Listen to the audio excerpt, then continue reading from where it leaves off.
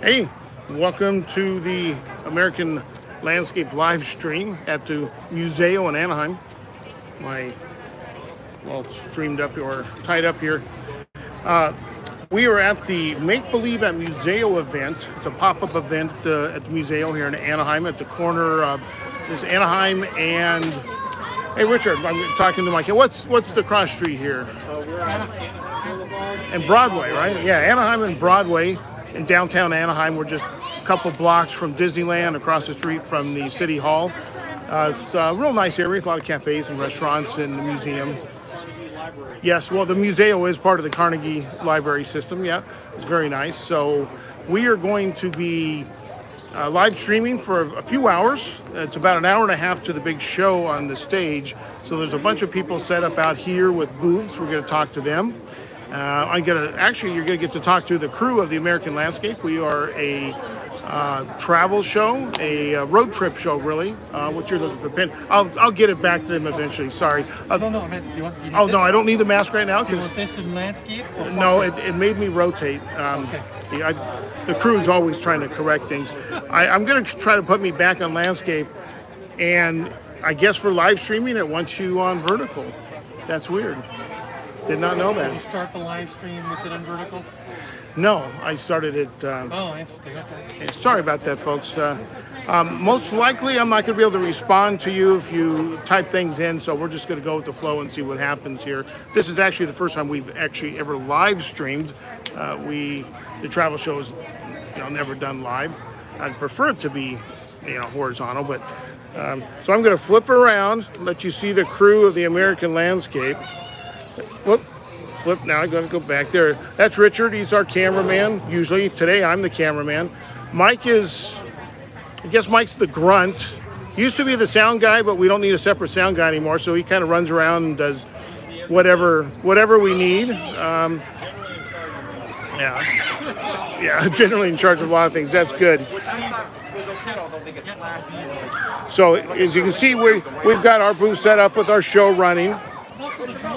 Oh, yeah, I should say he is the drone pilot. So as you can see here, there's a lot going on. There's the Museo, which is part of the Carnegie, and that's the original building. It's an old historic building. You see a bunch of the booths here. And then we see a lot of people queuing up, getting ready to come in. The event did sell out, which is great for everybody. And the crew is just a little too relaxed over here.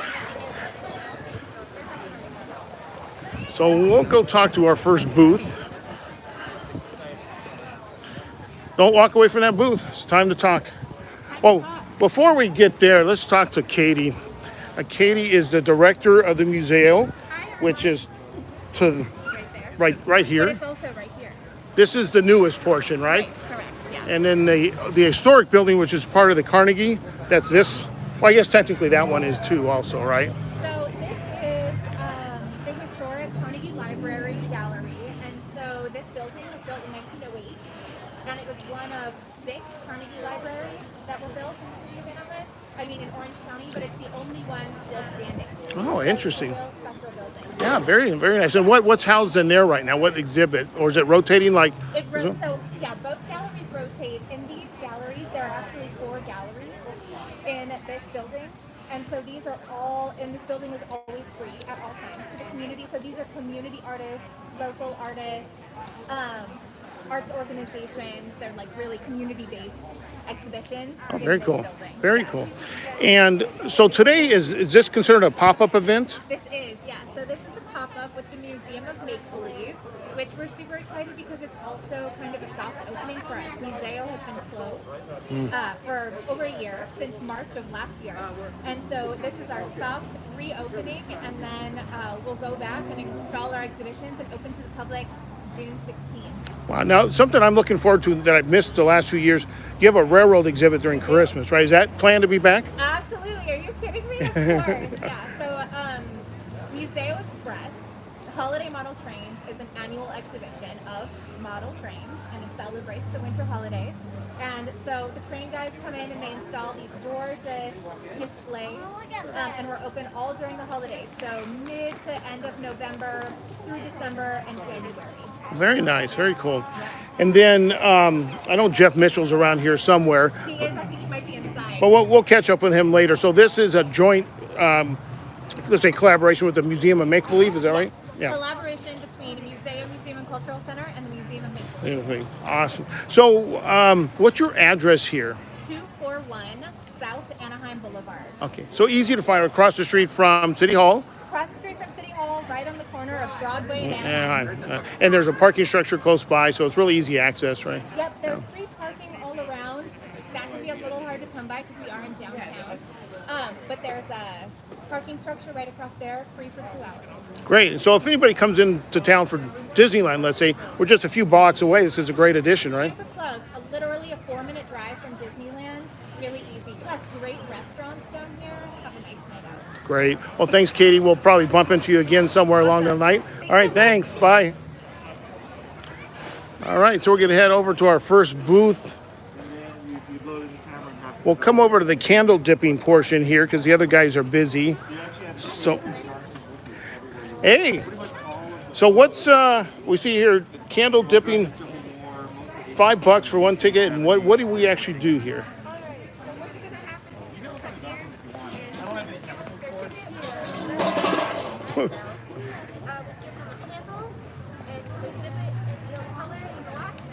Awesome. So is the color have any wax in it, or is it just a dye to dye the wax? Wax mixed with dye, okay. Awesome. And then are you part of an organization, or how's that work? Yeah, we volunteer at Port to Home, which is right at the top of the Grapevine. Yeah, I know where that is. Port to Home Historical Association. Okay. And we run these events at the Port, events at the Port. Of course, there haven't been any events for quite a while now. Sure. But the museum asked us to be here today, so we brought all the stuff for this event. Nice, and I like the period clothing. Very adds a nice touch. Now, do you actually make the candles themselves, or are these commercial candles and you use for the? Yeah. At the Port, though, candle making is one of the things they do.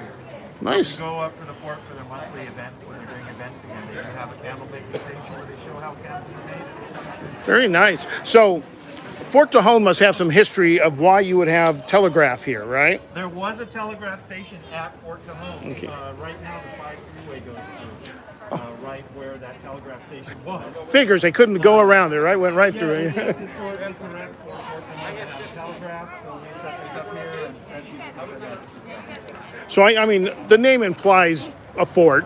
Did the Army occupy it for some time, or was this back in what we think of the Western, Indian times? It was created in the 1850s to keep an eye on local tribes, but also to help with events if anything came up in Los Angeles. They were dragoons that were there, so they were soldiers that would ride on horseback to where they needed to go.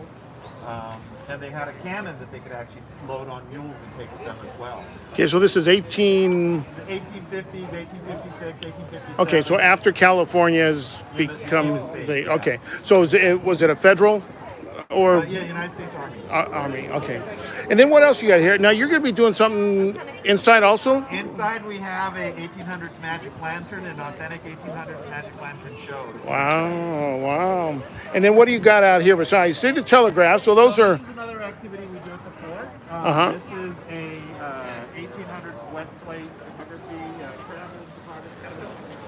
Wow. In the 1800s, you couldn't just go buy film, so you had to make your film in the field. You would pour what's called collodion onto a plate. You'd have to sensitize it in a darkroom, so you have to take your darkroom with you. And then you would use your darkroom, you would load your plate in the camera. You take a picture. The way you do it would you'd have a lens cap like this. You'd load your picture in. You do that. You do about a 2-second exposure, and then you cover it back up. Then you take your plate back to the darkroom and you develop in the darkroom. You can take a look at the darkroom. Wow. I would just want to pan over. We got the local Anaheim TV. Do you want to go back to this way? No, you're good digital? Okay. All right. So this is your, and I actually have a darkroom at home, so it doesn't look quite like this, but I remember the red lighting color and all that. Yep. But you're doing that just with a filter on piece of glass. The light is, or the film is not panchromatic. It can't see. It mostly sees UV. Okay. It doesn't see all colors, so it's mostly UV sensitive. So the red is enough to block that to where I can work in here. If it's really bright, I can block that more too. Well, that's really interesting. And then this would be your concoctions of what this you're. is the chemistry. So this is the collodion that you pour onto the plate. Here's another batch. As the collodion gets old, it starts to turn red. So this is a very old collodion. But is it still It's still active? Used. Yeah. It gets very slow and contrasty, so it takes longer. Okay. This is a fixer, which is used to make it no longer light sensitive. This is a silver nitrate. That's the vat that's used to make it sensitive. Okay, so I didn't hear you do a stop bath. So back in my day, I had my developer, the stop bath, then go to the fixer, and I'd be done. So the stop bath works in the old black and white photography. The stop bath was acidic, and that would stop the development. With this plate, you have your plate. You pour a developer over it. So this is a developer. Then all you have to do is rinse it. You just rinse off the developer, and you can actually take your plate into the light. Now, what do you have an example of that final plate look like? I haven't made any. I don't have an example, but that would have been really great if I did. All right, we won't hold you to the fire for that. But these would be the glass plates, right? Glass or metal. Or metal. And then how would let's say somebody wanted a copy of that? Could you make a copy? How is that? The glass plates, of course, you can make prints, but with the metal plate, it's called a tin type. And the tin type that you take is actually the actual picture that went in the camera, so it's one of a kind. So back in the day when I hired you to come take my photograph, and hey, I wanted to send it to Aunt Mary, back in New York. If I did the glass one, you could make her some kind of print or a copy. Make multiple prints. But on the tin type one, it's one of a kind. So you have to really know which one to ask for, or maybe the photographer would help you out. Tin types actually stayed popular for a long time in places like carnivals because they could be made very quickly. I see. So it was sort of like the first Polaroid. Okay, so you would have to show up with some glass or tin that you then spread your chemical on, right? That's right. That's Yeah, right. yeah. Yeah. That's really cool to see somebody still knows this art. Yeah, there's only a few of people still doing it, but it's actually more common than you might think. I'll show you a tin plate. So this is the tin plate, so they're black. And they can be out in the daylight because you haven't applied the That's right. There's no chemical. collodion on here, Okay. so it's not light sensitive. Interesting. That is really cool. I can show you how a plate is poured. I don't have any silver bath poured, so wouldn't be making it. Yeah, just a basic sample. You don't have to actually pour it, but kind of. All right. And we're going to just put it over the tray here. So this is a used plate that I keep around for tests, but pour the collodion over.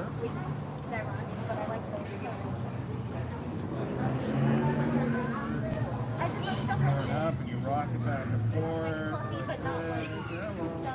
like that. You try to save as much as the unused as possible. I see. Right. That's right. And you can smell the ether. Oh yeah. This is all the alcohol and ether. So anybody ever pass out while they were doing this? If you're working inside, maybe. So this would be a poured plate, and again, that's just a demonstration, but that would go in silver nitrate. Once it's gone into silver nitrate, it becomes light sensitive. Okay.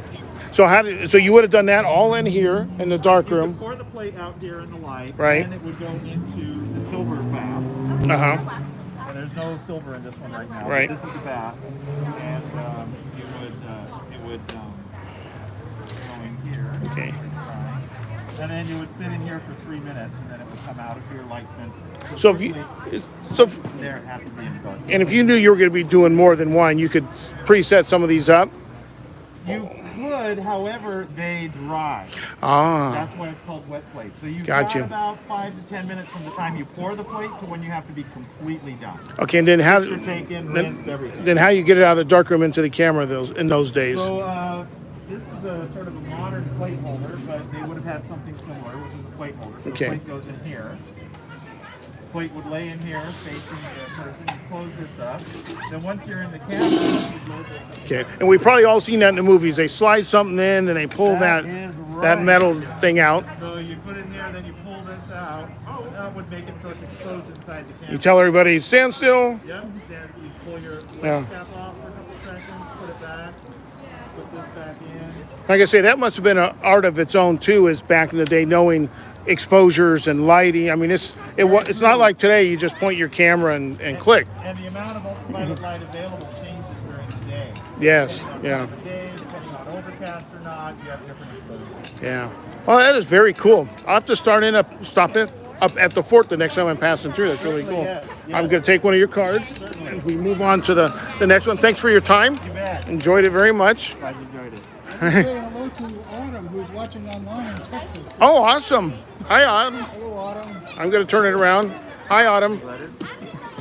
And are you Autumn's dad? Grandfather. Grandfather. Awesome. Grandmother is with her, and her mom and dad are watching this. Very nice. And what brought you to the Museo today? My wife Helen bought me the tickets. Oh, okay. She's a volunteer and she's on the board. Awesome. All right. Well, thanks for coming. And you see everybody lining up to do all the fun events. Hi there. Now, we were talking earlier. What's your name again? Shannon. And you've got something kind of, you could say, revolutionary and very green to the planet. Okay, tell us about what you've got here. They're reusable sandwich bags or any kind of bag you put, makeup in or anything. Anything, really? And Yeah. it's got a waterproof lining and Velcro, so it's just like a Ziploc bag, but instead of throwing it away, you throw it in the washer and the dryer. So I could send my kids to school with their PB&Js. They could get smashed and messed up no matter what. And you can bring it home and wash it. Yep. And that's great. Now, I'm noticing, I'm not a big Doctor Who fan, but a lot of my friends are, and my wife. So I see the TARDIS. I know what that is. Can you custom order? Could I say, well, hey, I want one with Star Trek on it? Absolutely. And then you I can. try and find the fabric for you. People will say, I'm doing a kid's birthday party and I need 10 of this and this fabric. Ooh, Yeah. ooh. Well, and then I are love Star Trek. I don't, but I got it. oh, okay. I would say that's a close substitution, but Star Wars fans and the Star Trek fans may not agree with that. So are you local here in Anaheim? Actually, no, I'm in Cascade. Castaic, really? So you're not too far from the Fort Tejon people. Well, those are my people. Oh, those are your people. We're all one people here. Okay, that's great. So how would someone get in touch with you if they wanted to order your product? Are you online? I have a website. Okay. randomsex.com. Oh, there we go. Well, hold on that for a few seconds. Random acts of kindness. That's a great idea because I know we, sometimes just put something in overnight for leftovers, warm it up the next day, and you're like, well, it's soiled. What do I do with it? This is an awesome idea. Now, it's just one size? I have sandwich bag sets, so the snack size and the sandwich size together. And I can have see, large bags. okay, and I can see the snack size. I see sometimes what my wife carries in her purse, some little makeup stuff. She can easily put stuff like that in there. This is the snack size. And that's awesome. That's really cool. And what is the cost for all this? They're $12 for the sets. Okay. $12 for the large bag. And $7 for the large one, or the sandwich size, and $5 for the snack. Wow, those are very reasonable. I mean, there's no reason we shouldn't go that way versus throwing all that plastic away, right? All right. Wow, that's very cool. I'm going to get some close-ups of some of these so the folks can see them.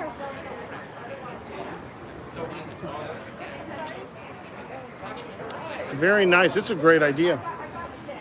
So what gave you the inspiration? What were you thinking about all the I have stuff you were throwing away? 4 kids. Okay. I used to make lunches for them. Mm-hmm. And I started having 4 bags per kid per day for 5 days. It was a lot of lunch.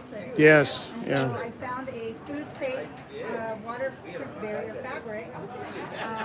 And using Velcro and fabric, I made it for kids. And kind of for their friends. And they're like, we should sell these. Yeah. And it kind of just blew up from there. And do you have any idea what the life cycle is going to be on these? How many washes you're going to get? I still have some, and I started making them in 2009. Ooh, So very nice. they get a little discolored because especially like mustard or something. Sure. But, But as long as it's clean, it doesn't matter for yeah. That's very nice. That's one of the best ideas I think I've seen lately. That's awesome. That is really nice. Great. All right. Well, we're going to move on, talk to some more people. This is really good. I'm going to send my wife out here when she's done volunteering. All right. Thank you. You too. All right. See more people enjoying the. So here we have some community gardeners. Yeah. Hi. How you doing? I saw a lot of kids over here earlier. So now are you guys part of a community gardening group, or what brings you here today? You're volunteers, okay. Just want to make sure we can hear you. There's a lot of side noise. So I see some cute little planting pots and stuff. So Actually, what we're doing is showing the importance to kids of plant. sure. Yeah, I remember my grandmother always had a little garden where, she had her own tomatoes and so forth. It was always nice. And my son, he's 25. He wants to start doing it now in our backyard. So, okay. Yeah. Hi.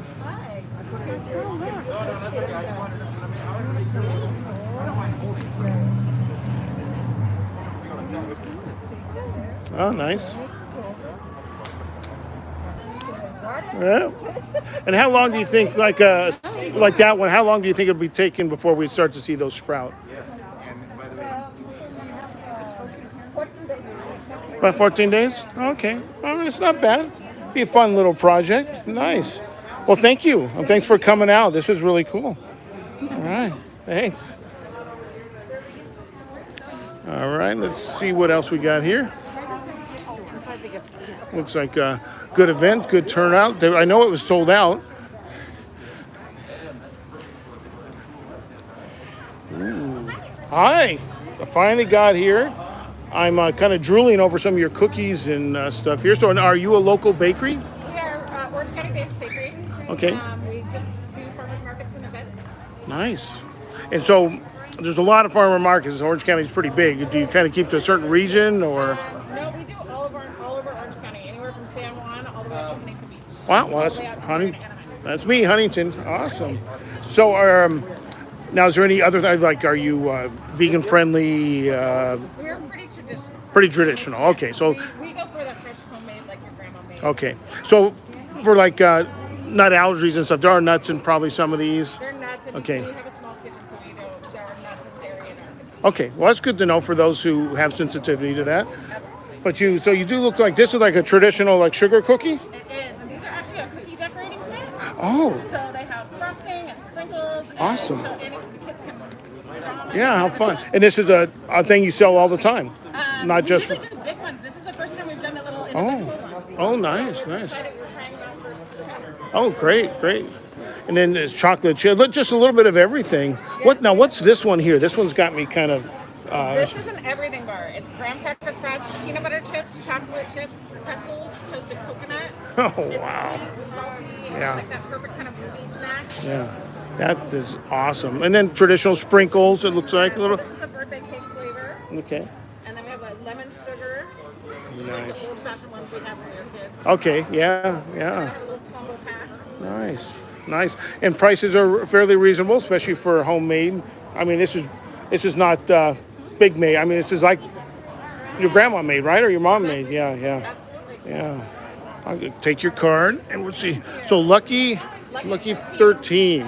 And so if they called that number that's on the screen right now, they'd get you and you could pre-order or find out where you're going to be, all that kind of stuff. Absolutely. All Also right. on our website, luckyfoods.com, it lists the markets we're at, and we can order online. Okay, so you do ship. We do ship and we do free Orange County delivery. Nice. And if they were out of state, I know we have some out-of-staters watching today. Absolutely. Yeah. We do ship out of state. Nice. All right. Thank you. Appreciate it. That's lucky 13, right? All right. Ooh. We got to watch some drinks being made here. You guys want to take one of our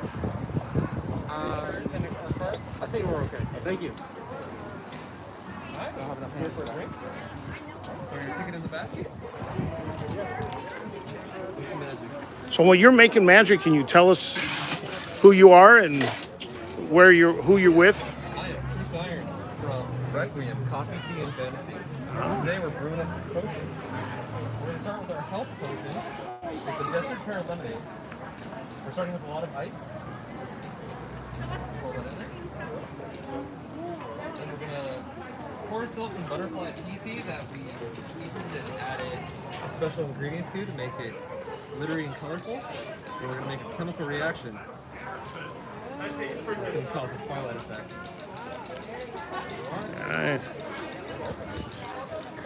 So what is Requiem, and what would people say expect to see when they came to Requiem? At Requiem, we are a whole fantasy world. You walk inside, it's unlike any coffee shop you've ever seen.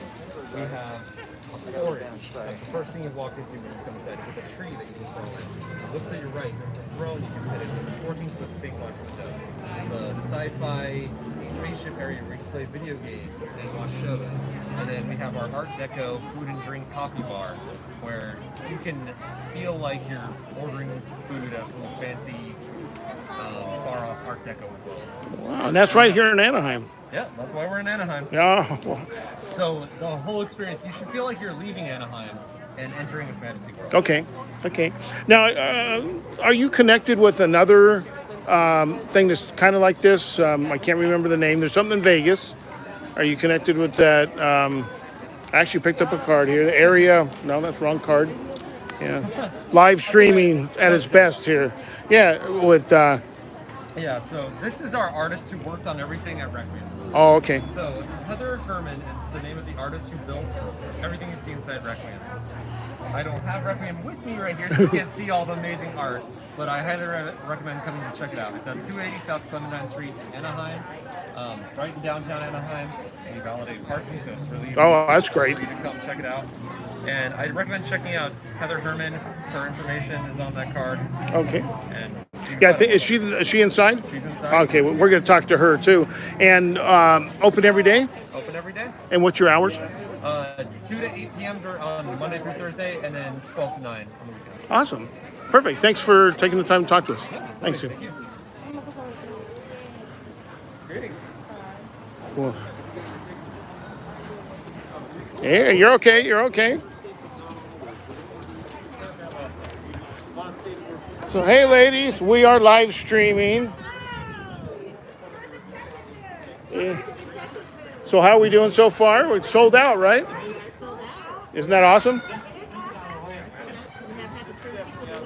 Oh, that's too bad. Some people are trying to buy it here. Yeah, yeah.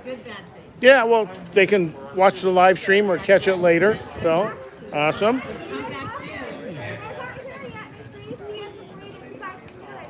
All right. And then I hope you guys get time to go in and check it out yourselves, right? All right. Oh, cool. Thank you. Bye. Look at that. My crew talking to people about our show. Hey. You see some of the performers that will be working inside. Look at that. Then we're seeing some of the exterior of the Museo area. A lot of people here enjoying the show.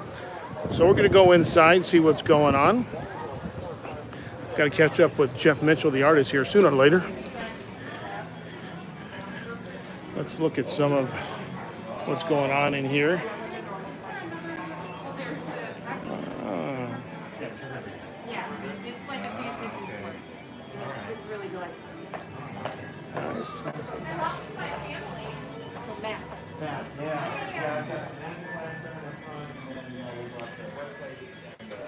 So this is just in the lobby. You'll see these fire hydrants coming up here. This is not part of Jeff's Museum of Make-Believe, but it's just on display here at the Museo. I'm going to swing the other way. We don't need to see the restrooms. They're not decorated.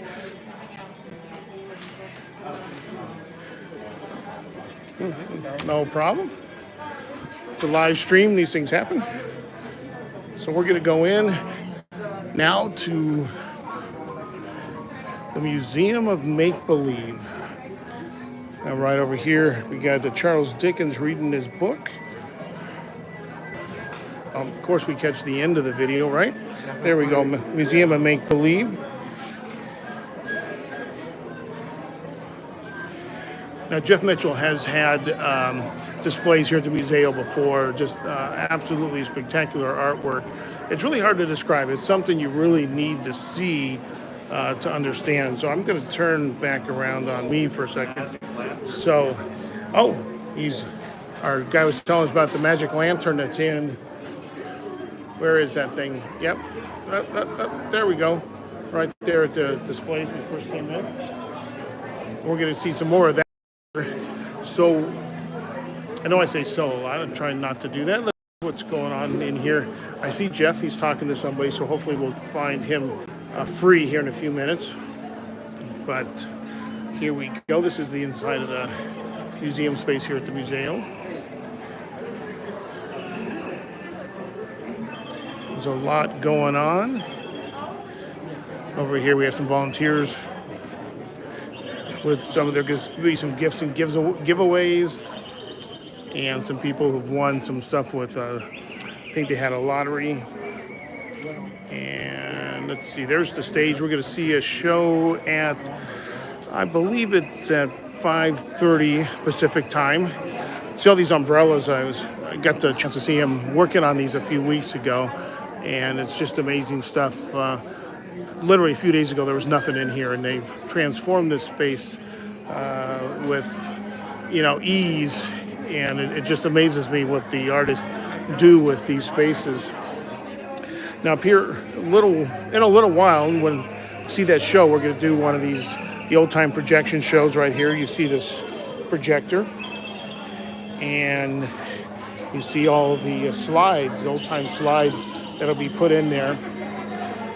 And that, I believe, is an old-time puppet show that will go on there, where you see that dragon.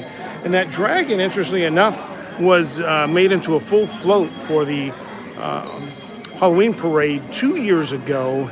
And of course, last year not having one due to COVID. So you see this stage, very interesting stuff.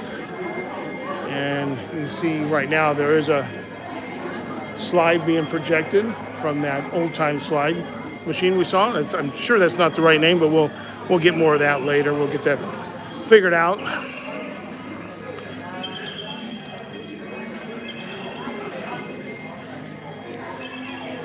Okay, I really want to go landscape, but YouTube is not letting me do that on this live stream for some reason, so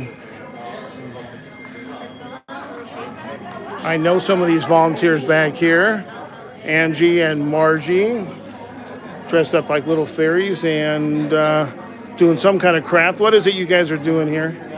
We're making puppets, our own little centipede puppets. Oh, very cool. And also we have our resident artist right here. She's very creative. We're going to have her make a show for today. Oh, very fun. Very cool. Oh, yep, there's a dinosaur head up there. Very nice.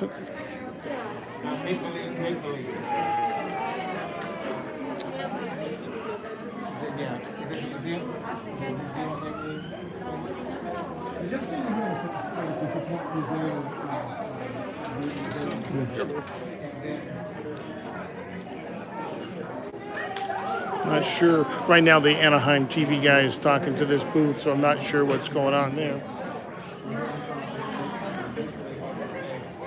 Seen you try to rotate it a couple times, right? And what's the crew's here talking to me. What happened when it rotated out there on the It live stayed stream? this, but there's got to be a setting somewhere that when you flip it, it'll flip too. So when you're done in here, Yeah. we'll sit you down. You can do a talk, and we'll flip. You'll put you on this camera. Okay. Right. And we'll see if what- we well- get it hooked up. What? I don't have the right glasses on. What is that icon there? That looks like. If you want to see the comments, it looks like. Okay. And then, So under the dots. What is that? That says rotate. Doesn't that say rotate? Doesn't that do this?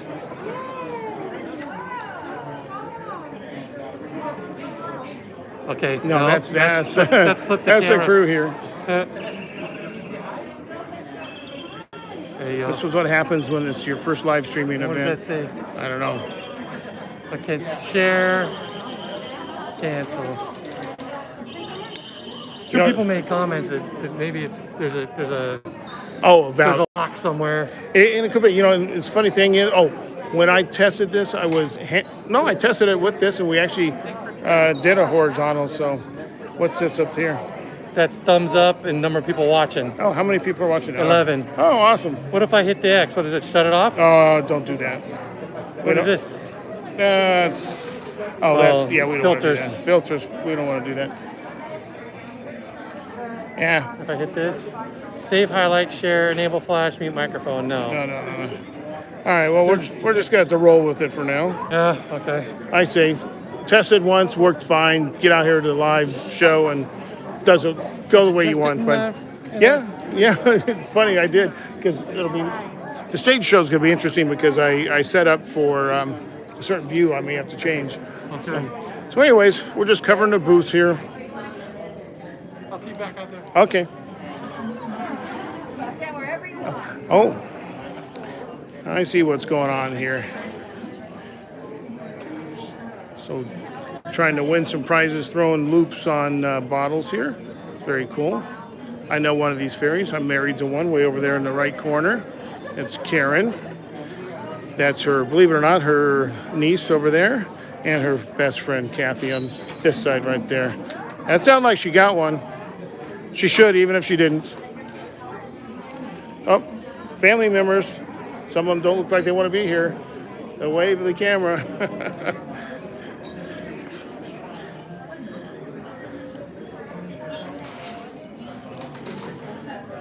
So a lot of things going on for everybody. Here is a palm reader. And actually, we're going to do this later and see what it's all about. Getting a palm, your palm read. And it looks like they also have some interesting things for sale. Hey. No problem. You can go by. Yeah, it's okay.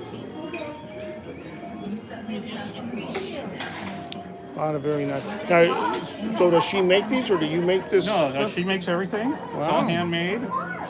Very nice. She was a landscape architect for about 10, 12 years. Oh, really? Caltech, Loyola Marymount. Okay.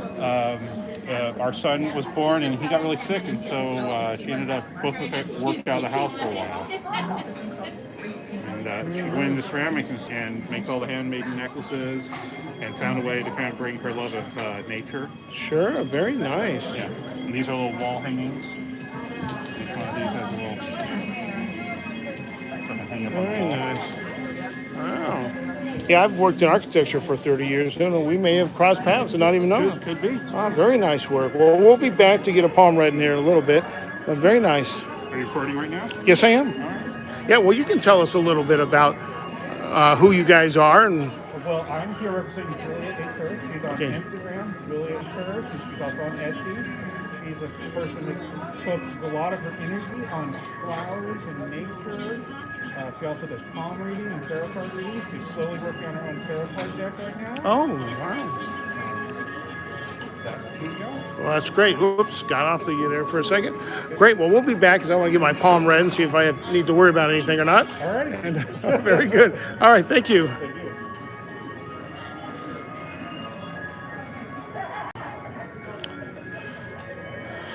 So this is also part of Requiem, place that we talked to where they were making the drinks out front. I believe this art is not art that's in their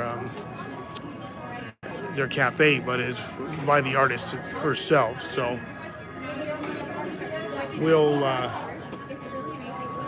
we'll see some. We'll talk to her in a moment. We'll look at some of the art. Very nice.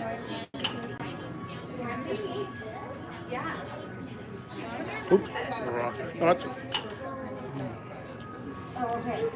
at how neat that is. It is cool, isn't it? No, it's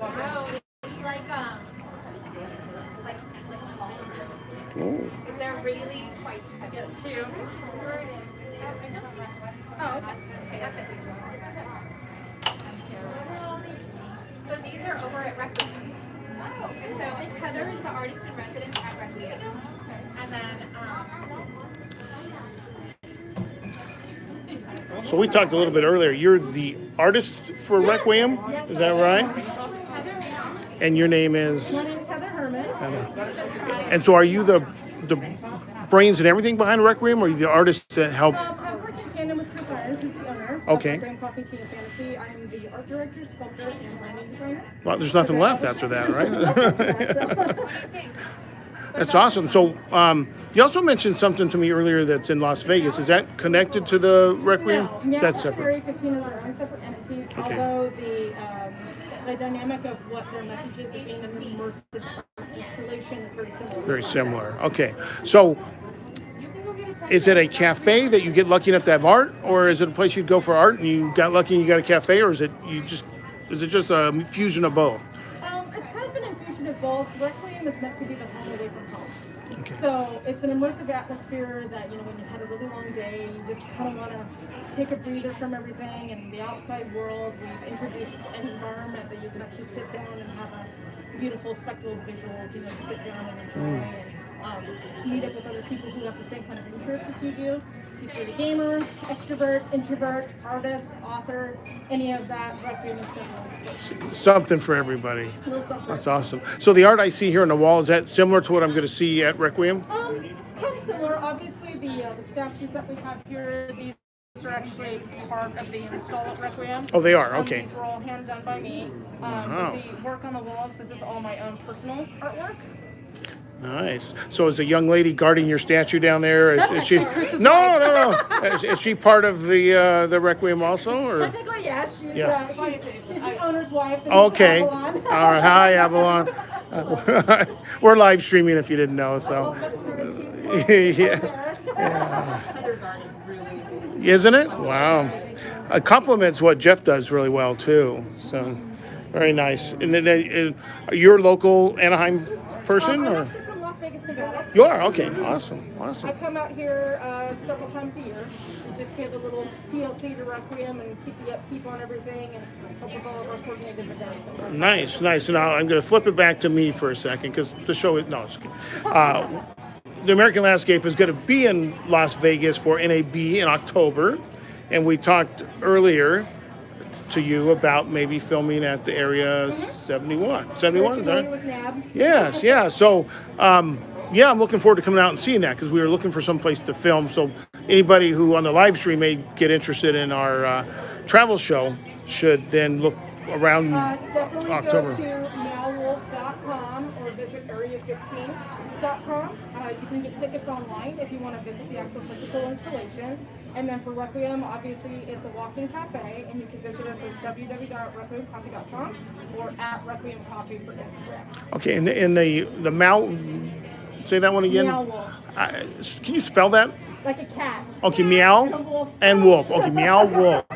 Okay, and did I hear you say so? Is Las Vegas or Nevada still requiring reservations right now? I think to an extent they may have lifted some of the regulations recently due to the vaccination code that they just put in, but our casinos are up to capacity now as well. Okay. So I know that they have probably reduced. Okay, so we wouldn't have to, or the average traveler would need to make a reservation at Area 17, or they do? It's by ticket only. It is, okay. So you would need to purchase tickets online. Okay. So you can't drive up or walk up and buy a ticket there. You need to do it online first. You can buy tickets on site. You can. Okay. Good to know. Awesome. And then your husband, is he involved with that at all, or just Requiem? Okay.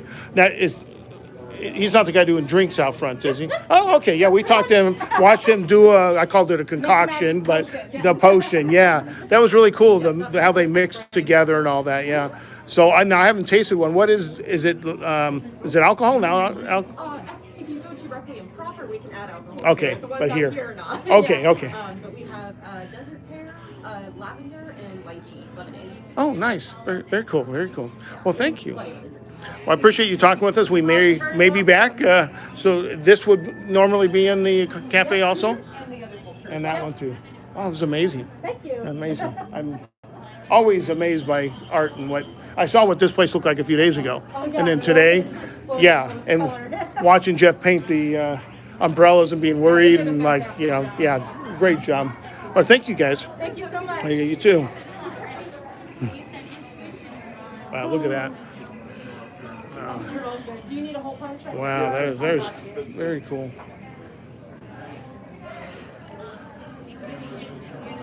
See, a lot of activity going on. It's very popular. I'm not sure what the people are getting their like hole punches on their programs. I'm not really sure what's going on there, but obviously it's something. Gotta find Jeff again. He's disappeared on me. He's very elusive. He doesn't necessarily like to do interviews, the artist type. So. Oh, okay. I'm sorry. So what are you doing? This is Karen, my wife, working one of the booths. The kids are tossing the rings, trying to get color on glass bottles. Nice. Are you guys punching like hole punch? Okay.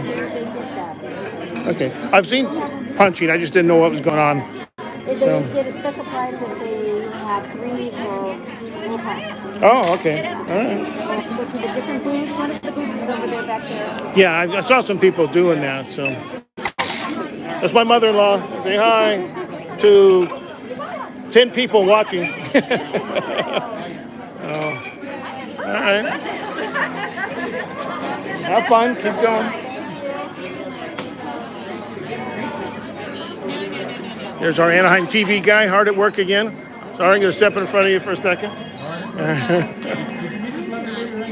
We've walked by and waved at each other. Yeah. So, now, are you part of the show later? No? Just a volunteer? Very nice. Very nice. Give me some wings like that. Yeah, it'd be great. Very nice. All right.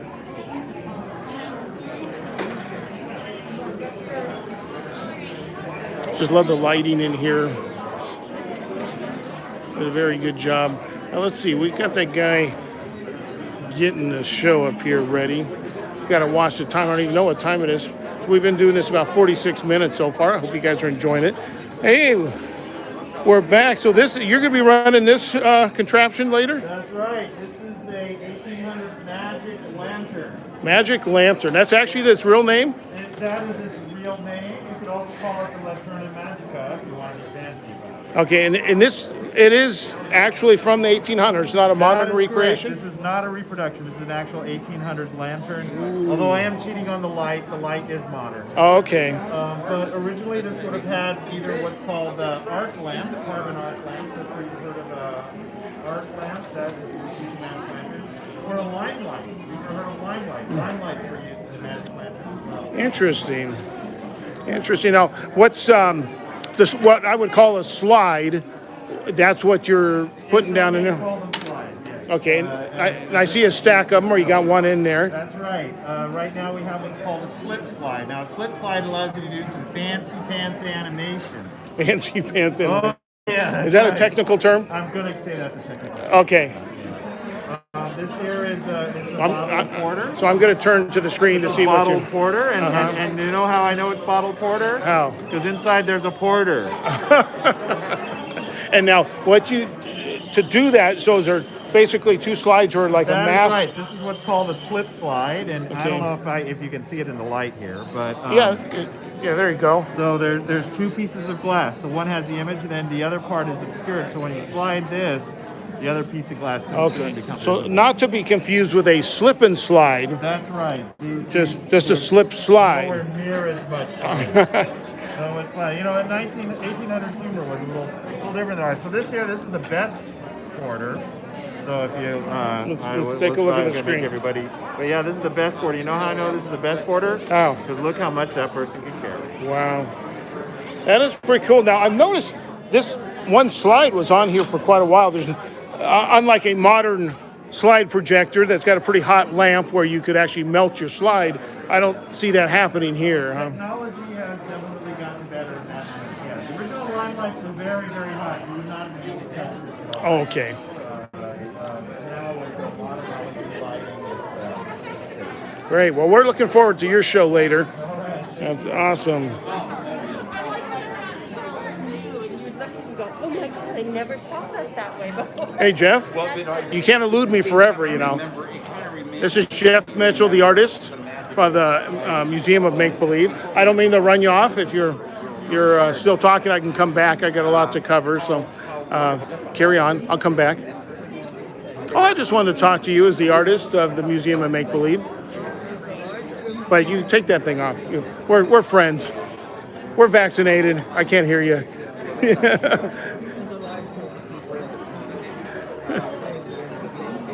Yes, yeah, I'm not a fan of that.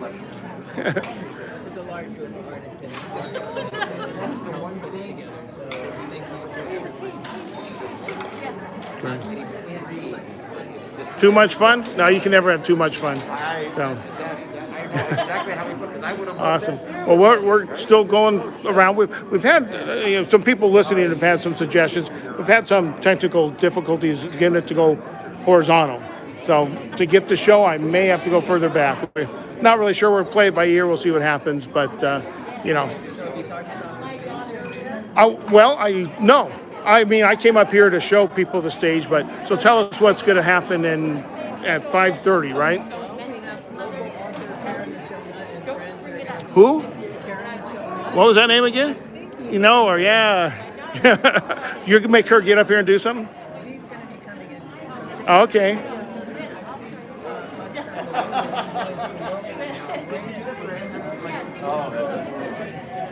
Okay.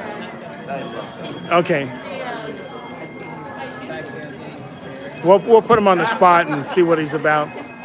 Awesome. Oh, I've heard of that place. That guy right back there. You know, I had a card to go there once, and it sat in my wallet for so long it fell apart, and then it wasn't good anymore. I missed a good opportunity, I think. Yeah. Yeah, when I worked at Disney, one of the guys in the magic shop worked at the castle and said, go come up, and then, just never worked out, and I still, cursed myself for not making it up there. So... Yeah, that's all right. The fun of live streaming, which I've never done before, so learning everything new. Yeah. So that's the Magic Castle dude back there, huh? Yeah.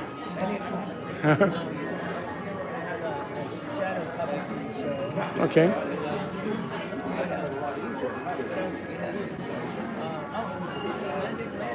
Yeah, we talked to that gentleman about that. He showed us some kind of tricks of the trade with that machine, so that's going to be fun.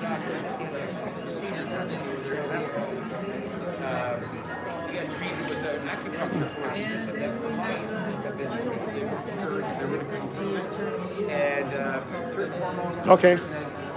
I think I know what that is. Well, all right. Oh, perfect. Thanks. I'll let you go back to your conversation. Thank you.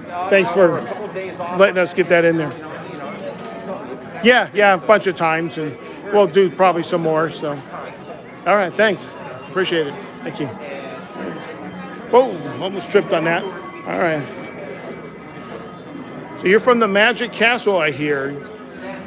Well, it is. It's been closed for several months, so we're hoping to get back open soon. I hope so too. And I'd love to ask you some questions about name changes and and transfers and all that, but probably not something for a live conversation because we're live streaming right now. But so you will be doing are you doing close up? What are you going to be doing today? Well, it's hard to do close up. That's true. Yeah. This is what we call more like parlor magic. Parlor magic. Okay. We have kind of set up for a larger parlor tonight, so I think the two magicians are going to be doing some really nice magic.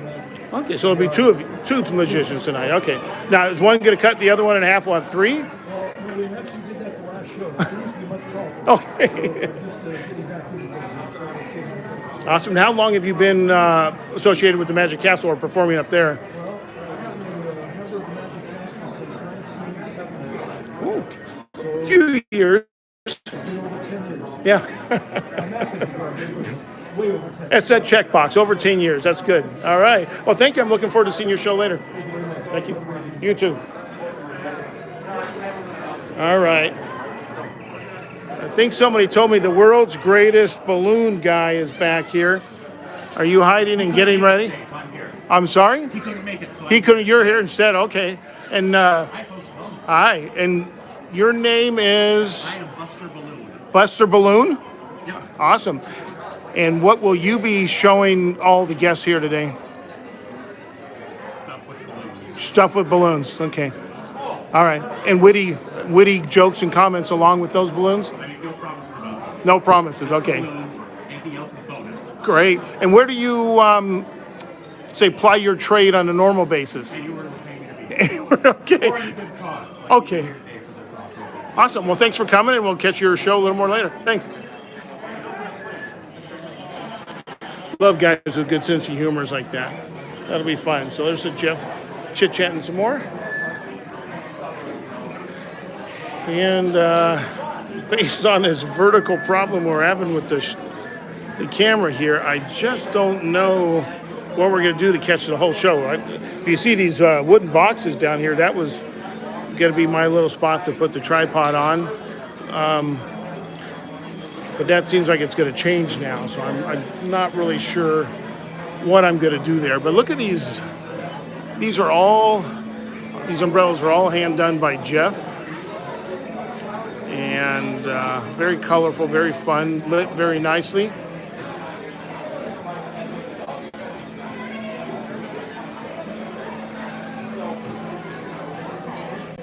Very much on par with Jeff's other displays in his art. And look at this. A few minutes ago, this wasn't very busy. Look at all these kids having a good time.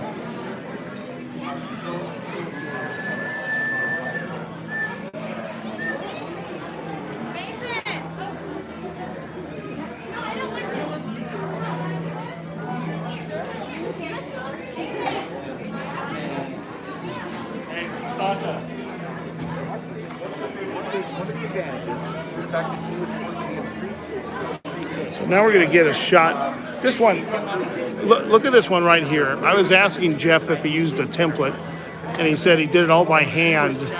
And I was amazed. He said he was worried that it was going to come out even or not. Look at that. It's just like perfect and all done by hand. Oops, hopefully I didn't rotate that too fast, making anybody dizzy out there, but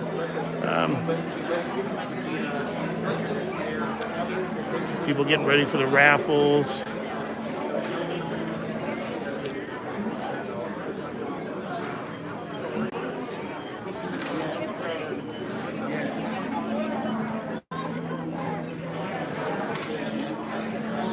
And this was the artwork for the event called Make Believe at Museo.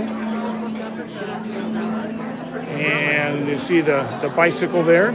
I believe that was actually his wife's project, Amy Mitchell. If we can find her somewhere around here today, we'll have a conversation with her too about what's going on here. So thanks everybody who's been sticking with us. I see we still have some viewers. We've been doing this for almost an hour now. And there is Charles Dickens again.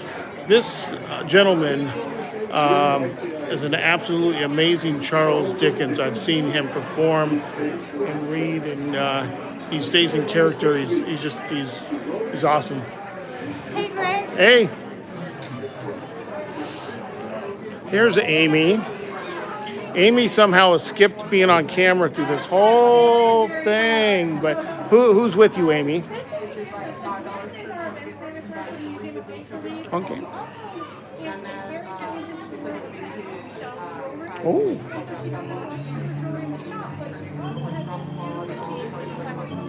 Oh, awesome. Now, and I should say Amy is Jeff's wife, the artist. And now you did paint that bicycle, though. So that was your project. Yeah, it's nice. Okay. Awesome. Now, I didn't mean to interrupt you, but it is a live stream thing. Did you want to show us your jewelry and then tell people where they can find you? I don't want to say it's all about self-promotion here, but that's kind of why we're here. So this is a collection of some of my pieces. Oh, everything very is sterling nice. silver. I do all the metal work, and my husband actually does all the stone work. So we're Smith and Stone Co. Nice. And are you located in Orange County, Anaheim? I'm located in Los Angeles. Los Angeles.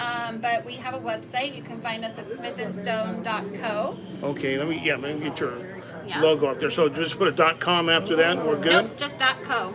.co. Yeah. Okay, Smith Stone dot and you put the little and. Yeah, there's an and, yeah, full and. So Okay. smithandstone.co. I think it's on the back here. Oh, let's see if we can get that. My Instagram's the same, Smith and Stone Co. And then you can reach us on unearth at smithandstone.co if you want to email us. Very nice. And what got you into doing this kind of stuff? I've been making jewelry for about 10 years now. Hmm. In the last 3 years, I've been teaching myself metalsmithing, so it's just become a fun passion project. Oh, very nice. Event planning. Wow. So yeah, and then we also have the summer solstice box, which is a combination of some of the things I love And to that do. was this one here. So Okay. there's a candle, soap, essential oil, a pendant, and then locally sourced garnets that are found in the California mountains. Oh, very nice. So, Very yeah, nice. as well. Awesome. So, is this something you have up here all the time, or is this just for the event? This will probably stay here for a little while. I'm not sure how many more. I think we've got events coming up, but I'll probably stay here for another month or so. Okay. And what can you tell us about the Museum of Make Believe and what we could be seeing here in the future? Oh, the Museum of Make Believe is an incredible project by Jeff and Amy, and I'm a good friend of theirs. It's all about kind of immersing yourself in a new environment, kind of escaping reality, so to speak. Oh, okay. Sure. Your inner child, I guess, would be. Very nice. So yeah, we've got a lot of shows coming up, and they're going to plan another one at the Museo next year. But a lot of plans in the works for some other. Okay, so not just here, there'll be other places. Now, were you part of the miniature display when they went to Tucson? No. No, I was okay. not, but I was here when they had their display here at Museo. Okay. Yeah, I saw that one. Just Yeah. as a, someone that was here to watch the show. Okay, but now you're involved with. Now I'm involved with the museum. Okay, very nice. Well, we look forward to what you're doing with it. All right, thank you. I just saw some of Jeff's other things, his music box and some of his other Yeah, wares. those are really, really cool. I think we actually won one of those last year in the raffle. That's very nice. They have their totes. They've got some bookmarks, some pins for today's event, and then they're really amazing 6 set. They're all different kind of imagery on them. 6 set of posters. Nice. So beautiful stuff. Yeah, they really know how to tie the events and their work together. I really like his stuff. So, is this artwork This is artwork here. from the Museo? Okay, all right. Not that we don't want to promote other art, but you know. They are though. Definitely. Okay. Well, thank you. Appreciate your time. Thank you.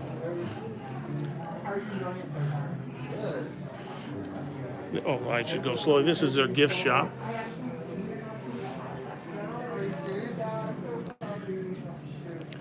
Now I'm going to show you something here. This is not part of. This is part of the Museo's display, not part of Jeff Mitchell's or anything. But they have these guitars in the window. You can kind of see this one here with the Disneyland motif on it. It's actually really, really kind of cool. You might have caught it in the background when I was talking to the Requiem guys earlier. And there's a steampunk one down here that's really awesome. So the Museo has a lot of fun and interesting stuff that goes on here through the years. Like we mentioned, the train exhibit that should be here in December. And we're going to go back outside for a little bit and see what's going on out there. See if anything's changed, see what my guys are doing at the booth. Oh, we got some people standing around at my booth, which is nice to see. This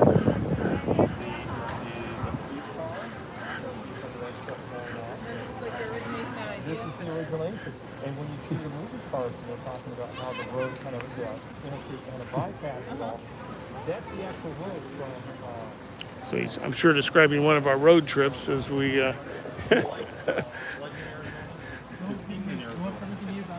No, because I'm considered a performer, so I don't need to wear it. So. So that's Mike. He's always concerned about the safety rules on the set. Make sure everybody's doing things the right way. Oh, there we are. We're live streaming, and there we are right there on the live stream. We're streaming the stream. Yeah, that's interesting. Somebody's head's gonna explode soon. Yeah, and this whole horizontal problem we're having today is very frustrating. So I'm going to go try to do that, and then. Oh, now I see what it does. That's pretty funny. And that is really weird. Not enough research, I guess, before I did this, but. Oh, you guys are doing that too, huh? So now we had this hole punch sitting on our table when we started. We didn't really know what it was, but now we do. Oh, I didn't know what the hole punch was for. And so, when they were explaining it? Okay. So as we're seeing more people enjoying the show out here.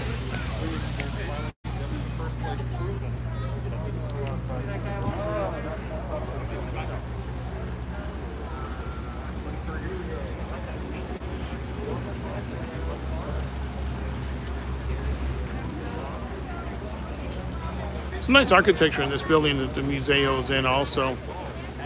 It's part of it's not brand new development. It's been here a while in downtown Anaheim. You get apartments above, and there's a lot of restaurants out on the main street. I really do want to check out this Requiem place. It sounds very interesting. Get a good shot here of their poster. That's a place you guys should go to. Yeah. That was family. They always think they can just jump in and swing their arms in front of the camera. That's okay. Should we get the local press? We're live streaming today, so the Register, familiar with no one of your old reporters is not there anymore, but yeah. A lot of us aren't there anymore. Yeah, it's unfortunate, huh? Yeah.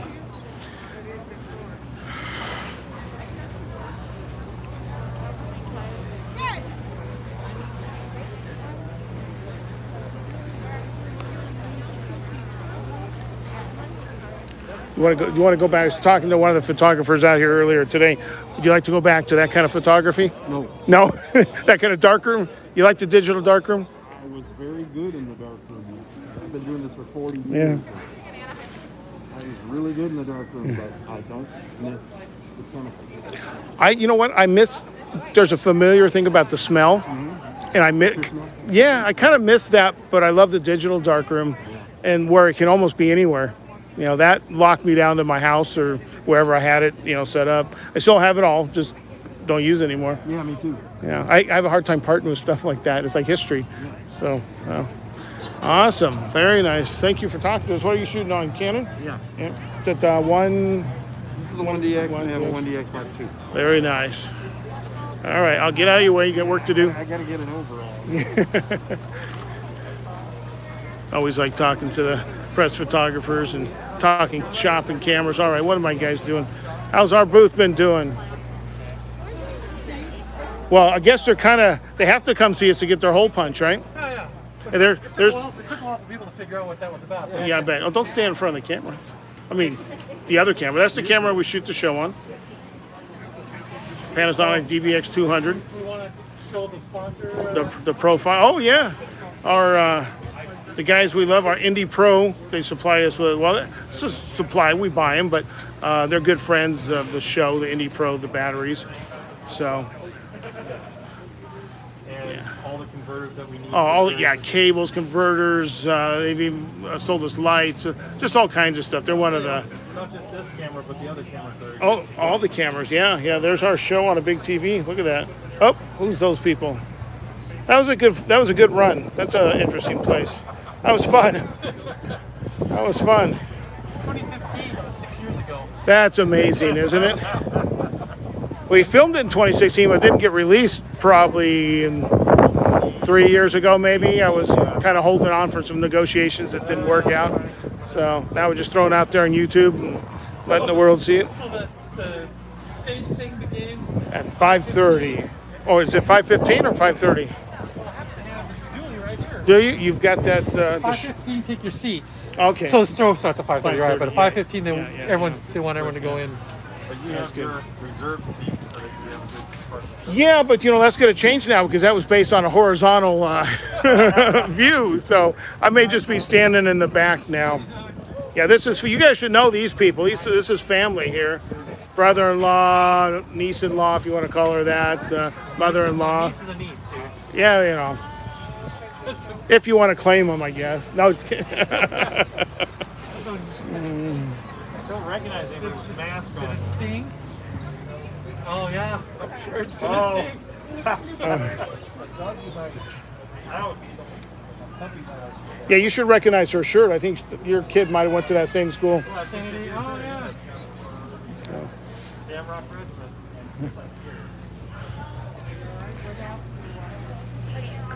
How you guys doing?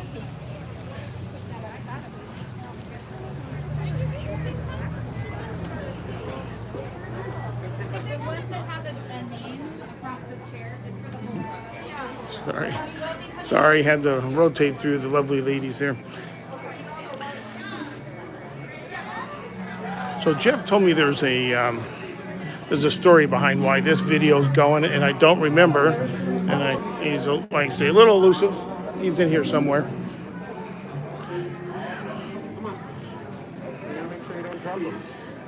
There he is. Hey, come back out here for a second, Jeff, where it's a little less people. Tell us, you told me there was a reason why this video was going out here. Are you looking for somebody, Jeff? You don't have? I'm just kidding. I'm just kidding.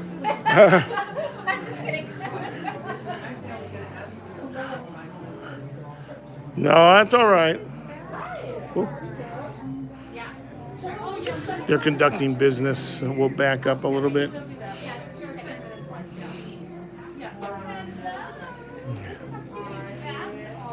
Oh, yeah. So what was the story behind that video right there? I think there's Liberace, when he was younger, on his television show, and he was talking about this book called The Magic of Believing by Claude Briscoe. It's actually a really great book.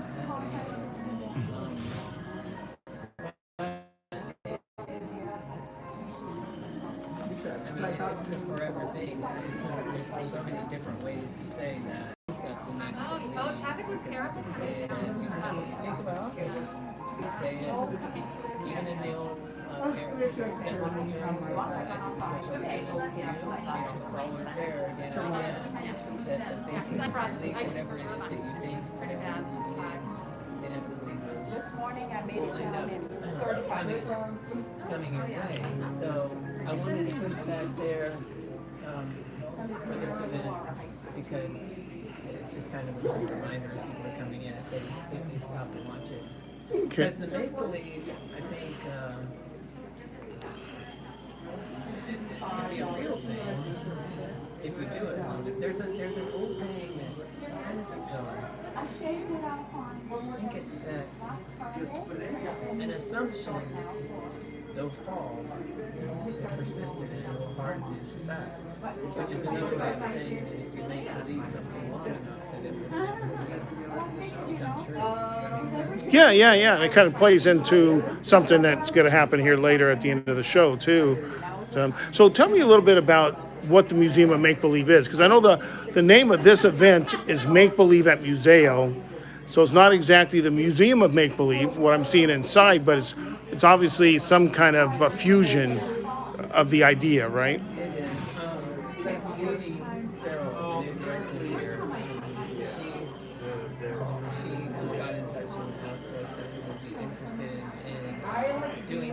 We've been doing some virtual events, which actually we know about. We are together doing virtual events, and I think that they knew we were doing that, and we were partners and friends here. And they wanted to help us out and help them out to reopen because they're just starting to reopen.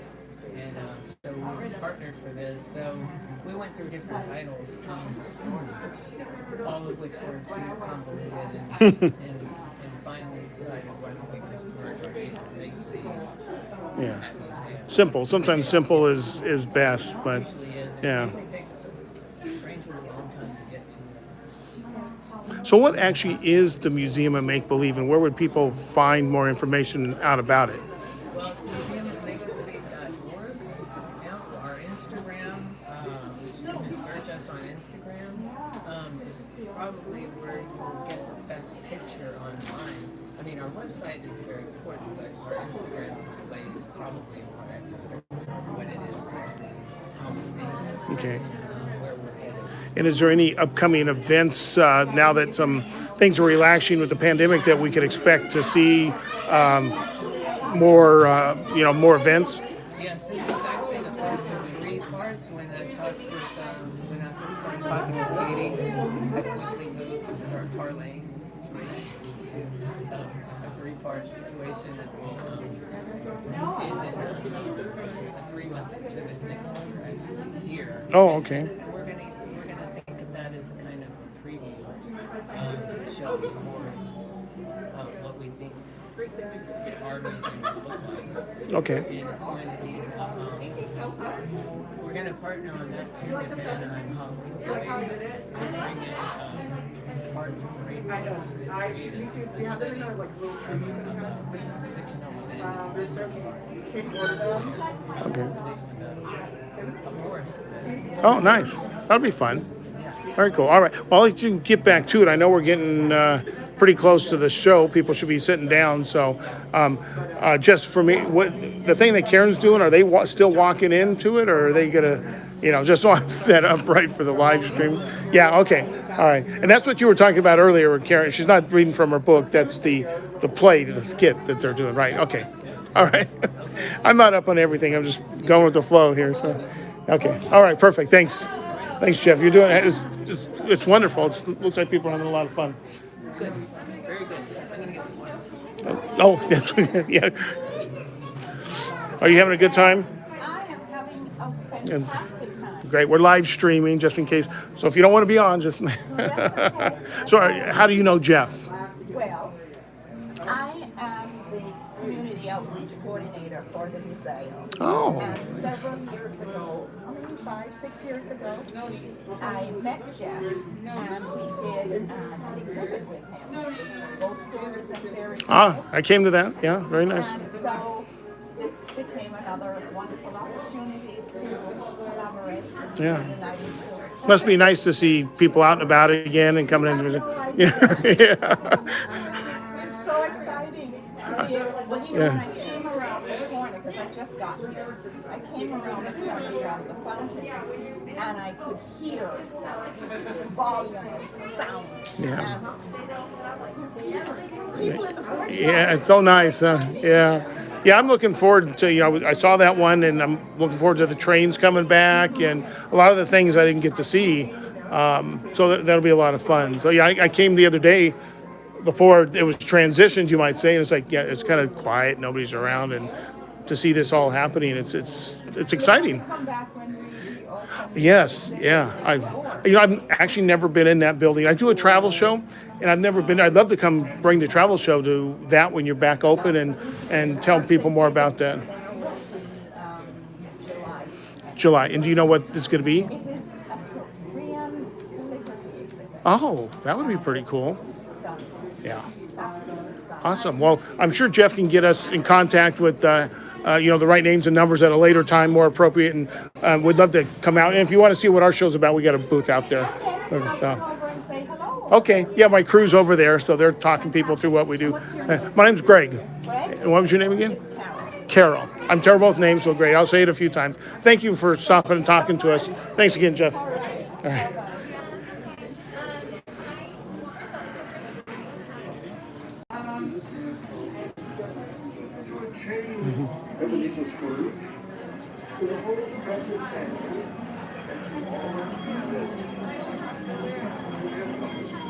Oh, I'm sorry.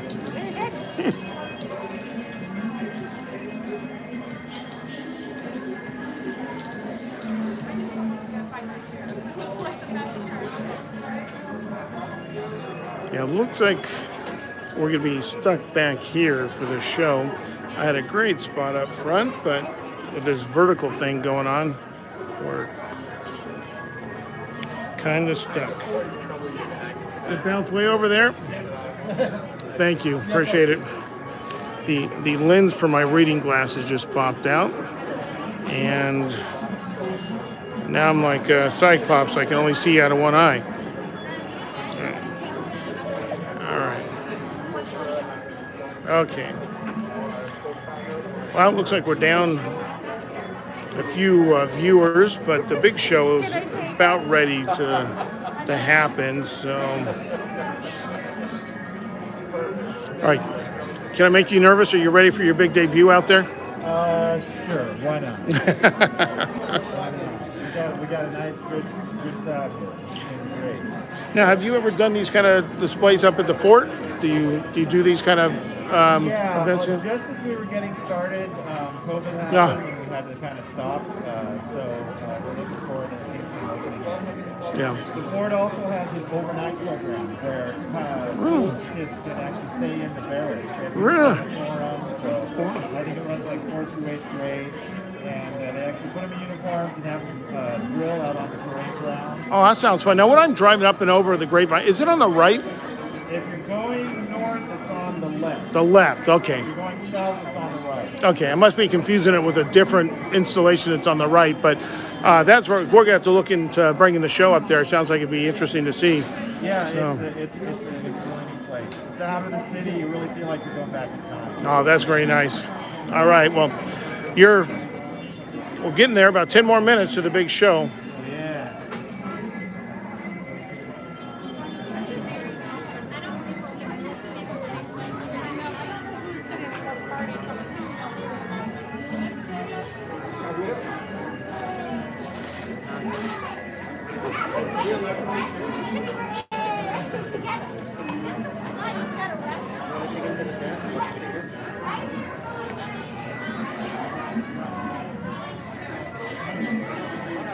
See, everybody's getting there in their seats and excited for the show.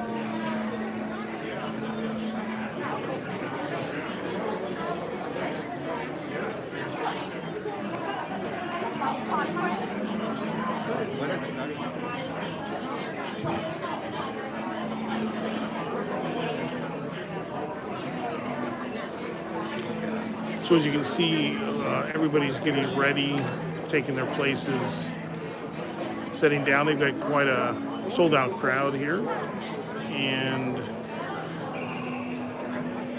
we got a lot of stuff going on the stage. The palm reader got busy. We never did get back over there. We'll have to try that after the show if they're still going. So we got about 5 minutes or so till that show starts, and then we'll probably flip the screen around before that. Just wanted to let you know what was going on. Hope you've enjoyed this, our first live stream ever. Kind of a new thing for us. And there's that display again of Make Believe at the Museo.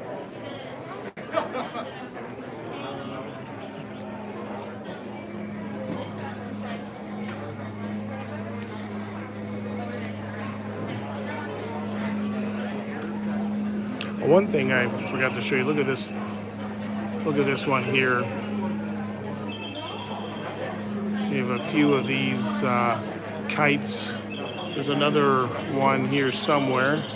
Let's see if I can find it. Oh, there's two of them. One down there in the distance.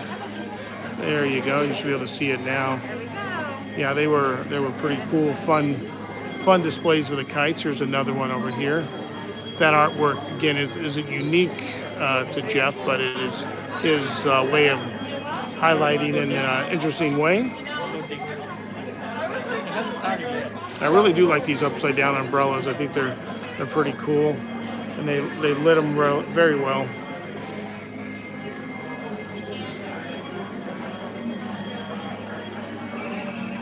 There's Jeff blocking my shot right now, but that's okay. Show hasn't started yet.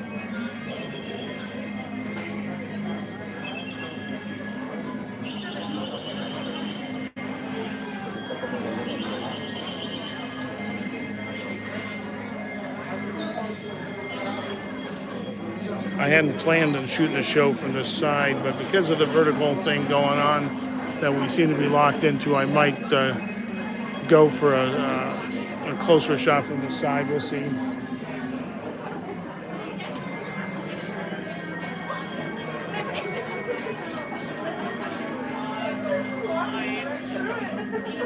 Wait, you're holding up a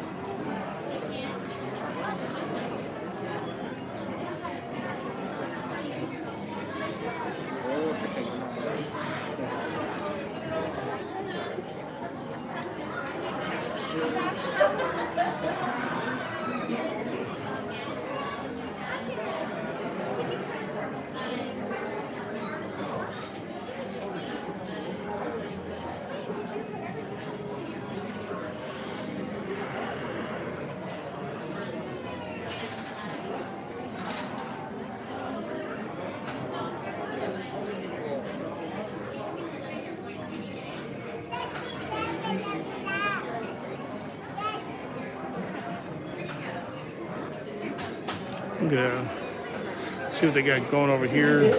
Some of the raffle prizes.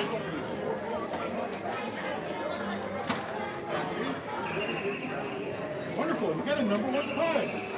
You can choose from anything right here. They have lovely prints, some wonderful prints, some necklaces and stuff. Oh, it's actually a prize machine. You can win right on the spot. That's pretty cool. I might end up parking myself right up here, and we'll probably get a good view of what's going on. As you can see, people are getting their spot, getting set up. And most of this was reserved. Like I said, it sold out.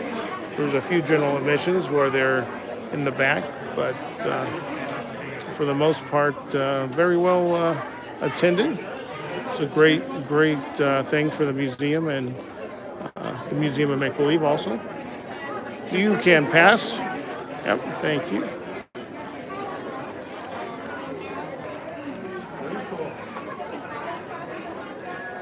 Oh man, we've got a couple good copies. Yeah. How did the octopus say? Camera's right here. Can I say hello to? I don't know if they're still watching. We're down to a few viewers, but you know. Yeah. You can't tell who they are. No, not unless they comment. Now, if she commented and said hello, it would pop up. But, you know.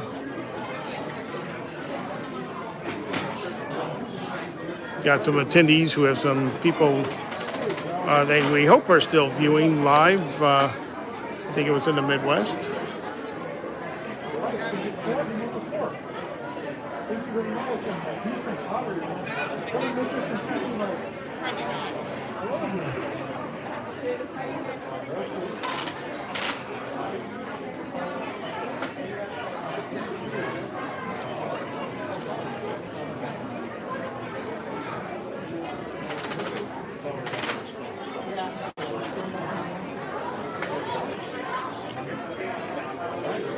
So we should be starting any minute now.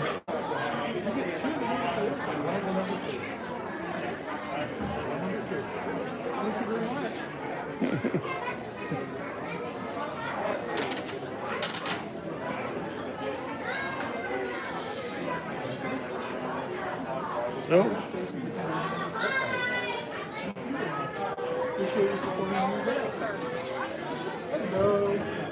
Hello, everyone.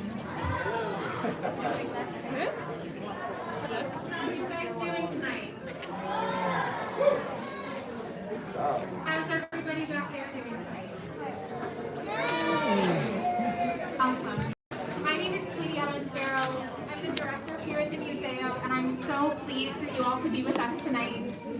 We have been closed for more than a year, so this is our soft reopening, and we are so grateful to the Museum of Make Believe, to Amy and Jeff Mitchell for being willing to do this with us tonight, and thank you all for coming.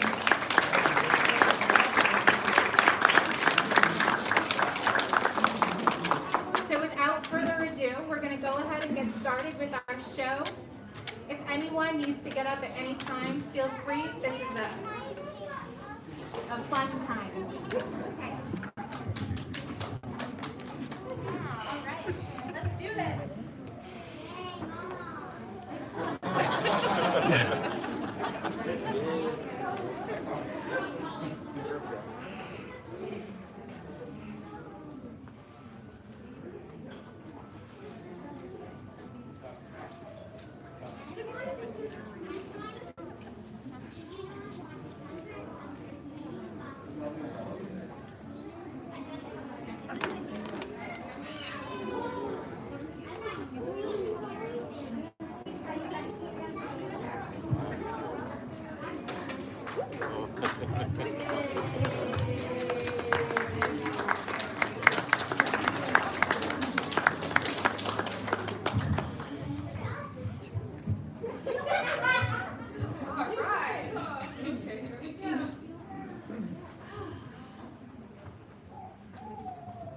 Why are you just sitting there?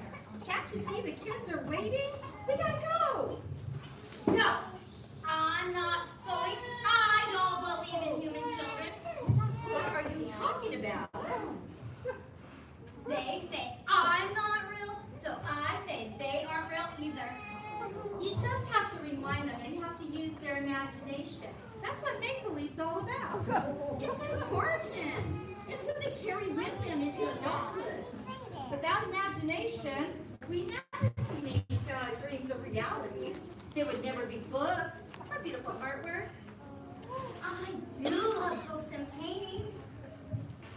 So don't give up. Make-believe is magic. Children can be anything they want. They could be an astronaut, a pirate, or a ballerina. Even a fairy? Yes, fairy. Are you ready to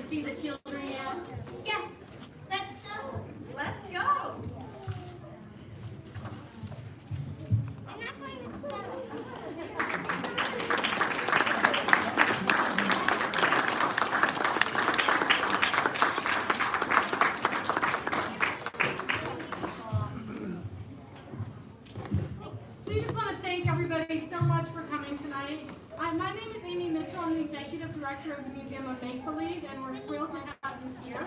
We're currently in the fundraising stages so that we can build our own permanent home, and we couldn't be happier to be here at the Museo. I don't see where Katie is, but our lovely host back there, thank you so much for having us. We're just excited to build this partnership with them. And then I also want to thank our beautiful fairies. Karen Michelle Nutt is a local author, and her husband, you may have seen running around, is posting our live stream as well. So wherever Greg is out there somewhere, thank you so much. And then Samantha is my talented co-host. She's our event organizer at the Museum of Make-Believe. Hi everybody, thank you so much for coming. This has been a passion project for sure. So excited to be back in real life and not in the virtual world. We've been doing some virtual events and it's been really fun. This is definitely a big welcome back. So I'm Samantha Rowe. I'm the event manager for the Museum of Make-Believe. I'm also a jeweler, so you might have seen my stuff. I'm Smith & Stone Co. I've got some stuff over there at the silent auction. Make sure you check out that table. There's so many amazing prizes there that you can bid to win. And there's also a bunch of merchandise and stuff available in the museum shop as well. And I'm sure some of you have seen the prize machine, so keep buying those tokens and getting those prizes. Yeah, that all helps support us. And yes, Samantha has some beautiful jewelry at the silent auction, and she actually made a twin to that necklace on the silent auction that you can also get in the gift shop.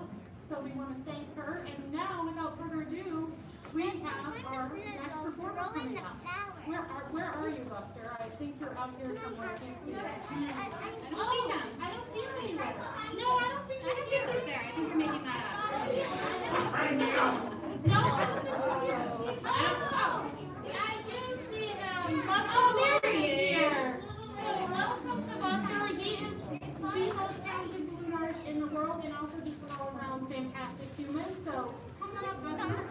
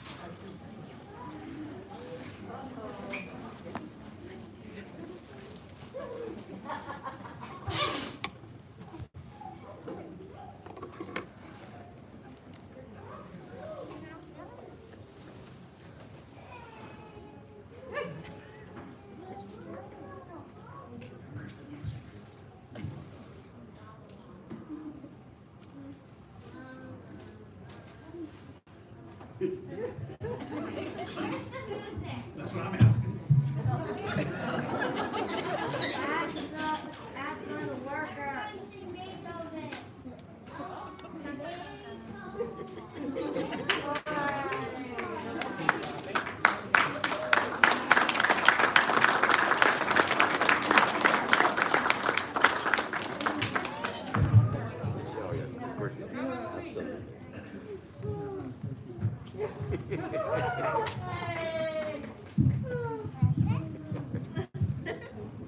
They see my face, I'm like 10 shades of purple here. Me too, and I'll be with everybody.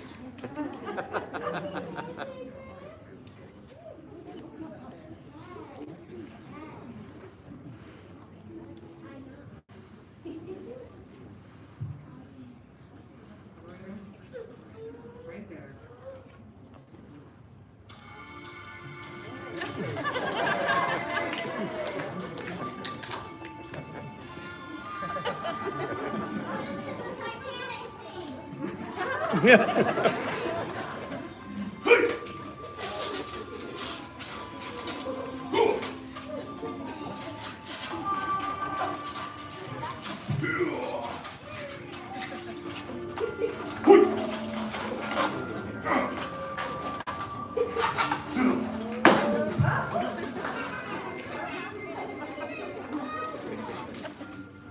Yes, absolutely. I was just happy. Trust me.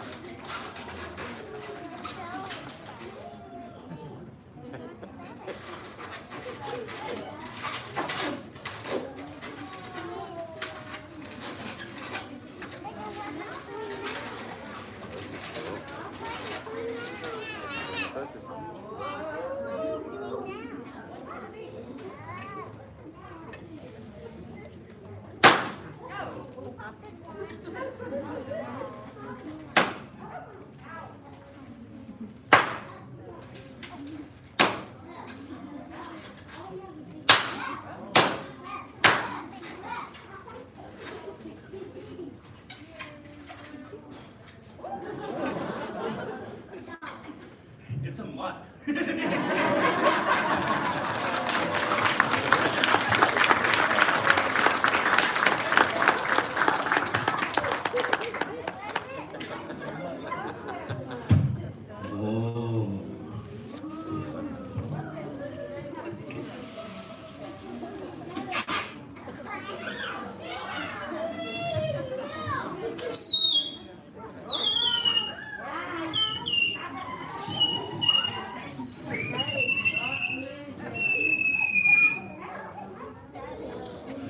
To you grown-ups, I know to you and I that means nothing, but to another balloon, that's very sexy.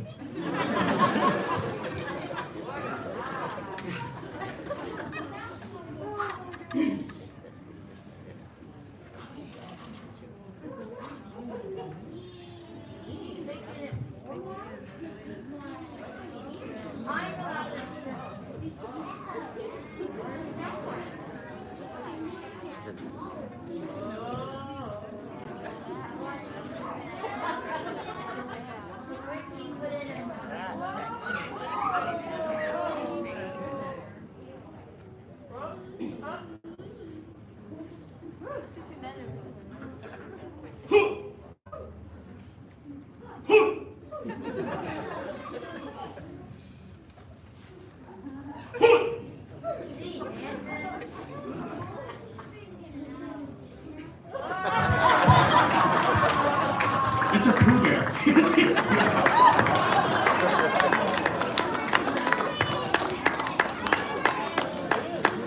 I just saw where that came from. Why do you want that?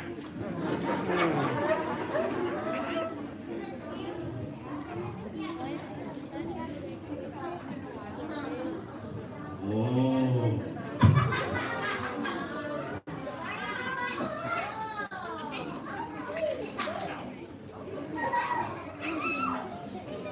It's not funny. It's not. Okay, look, there's nothing funny about somebody snacking themselves out.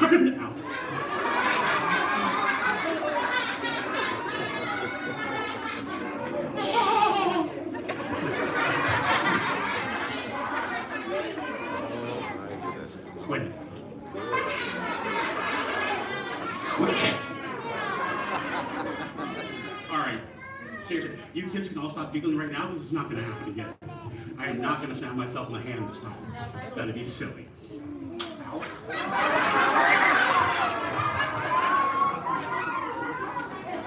At least it wasn't my hand, though.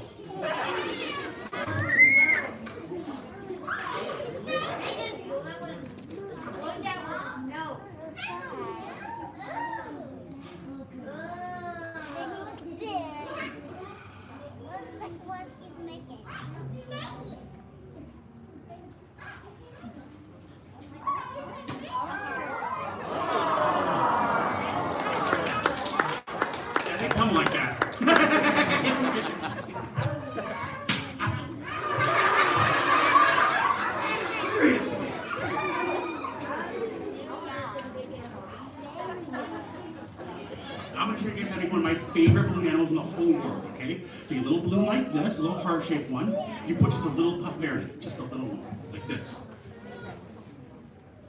Just a little. Then you tie it. And you squish the air back up to the top like this. So you squish, and you squish. You get a fish.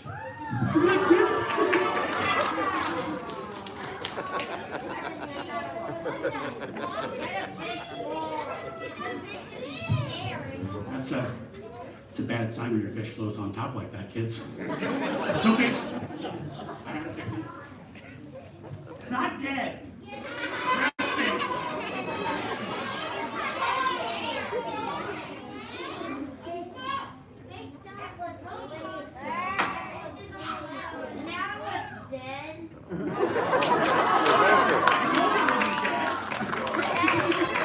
Who's so good to know fishy?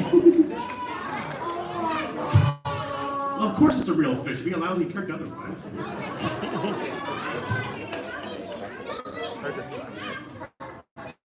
Now, since this is a special event for the Museum of Make-Believe, I love make-believe because balloons are all about make-believe. It's about taking nothing something amazing.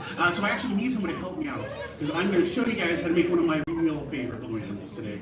Someone's sitting flat on the bottom, nice and quiet, hand high in the air, big smile. I can't even see you, you're wearing a mask. I can't even tell you're smiling. Let's see, no, I can't tell if you're smiling. Let's see, oh, so hard to pick. You guys are too good at this. You know what? I need somebody kind of, sort of, almost exactly like this guy right here with the Cubs shirt. Wait, come on here. Give my friend a big round of applause, you guys.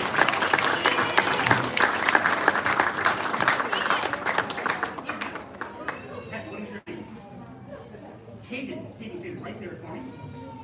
Excellent. Kaden, have you ever twisted balloons before? No. First time. It's exciting. How old are you, Kaden? 9. That is a great age to start learning how to twist balloons.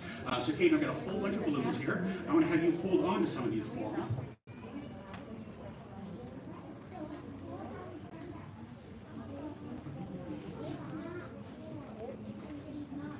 All right, Kaden. So I have 4 long, skinny fuchsia balloons. Now you hold on to those for me. Thank you. So today I'm going to teach you guys how to make one of my favorite balloon creations in the whole world. We're going to learn how to make an octopus. Ooh. Now it turns out the octopus is not only one of the most amazing balloon animals, it's also one of the simplest ones to make. So to make this, you'll need 2 things to start out with. Number 1, you'll need a handful of fuchsia balloons like those ones. Number 2, you need a friend named Kaden to hold those balloons for you. Now, the next thing you need to do is have your friend named Kaden hand you a long, skinny balloon.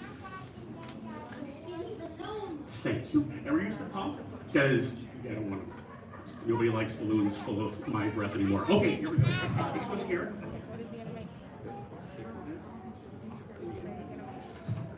Up, put it on there. I gotta be honest with you, I haven't used one of these things in years. I used to mount inflate balloons before the pandemic, so I'm awkward with this, forgive me. This goes here, and we push down like that. There we go.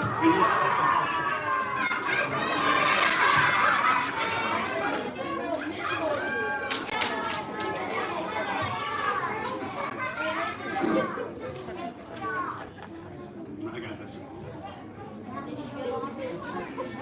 There. Nice and tight, good. Just push down that a few times. I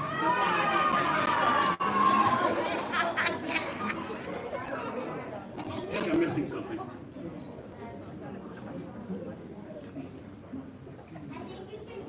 I can hold it? Oh, okay, no, that makes sense. Okay, so I put the balloon on the pump, and then I hold it, and then I push down. Makes much more sense. All right, so we pull this up. Actually, Kaden, hand me the balloon, please. Good. So this goes on the pump, then I hold on to it, and then so this goes here. Hold on to it tightly when it's on. Are you a balloon expert now? Okay. Yeah. All right. Onto the pump, hold on tightly, and push down. There we go. Perfect. Good. So now.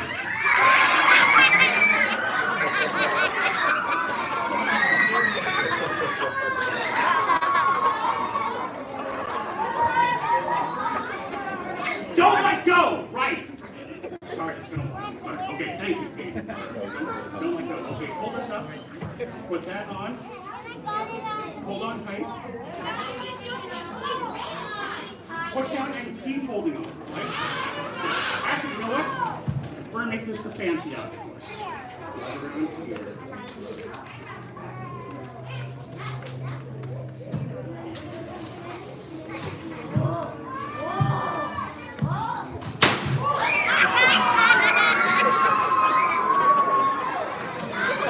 What? I couldn't hear you, that was loud.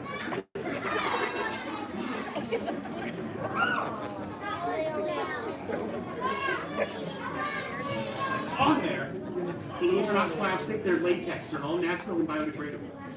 Educational shit. Holding on to it. You have to let, no, you have to let the air back out first. Now we can do the fancy thing. Yes, really. Around the fingers.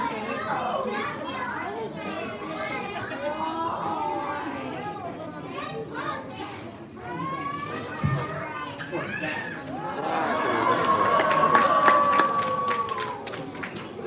Kate, please put your left hand straight out like this for me. Perfect.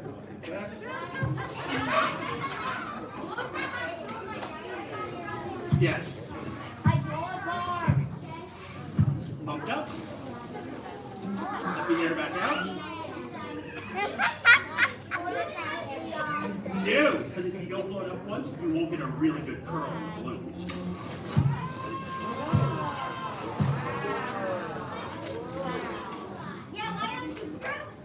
I have nothing to prove to you people. I'm confident in myself. Okay, other hand like this, please.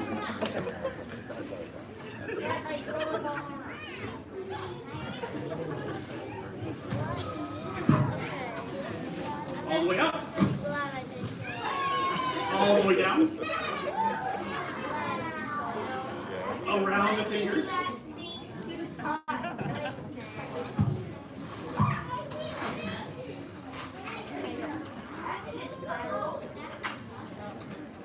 Katie, your other hand. Slide!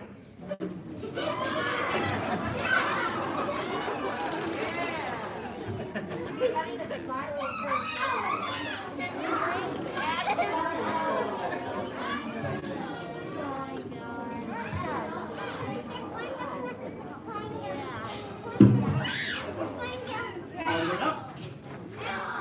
All the way down. That is so refreshing. I love it. Round the fingers.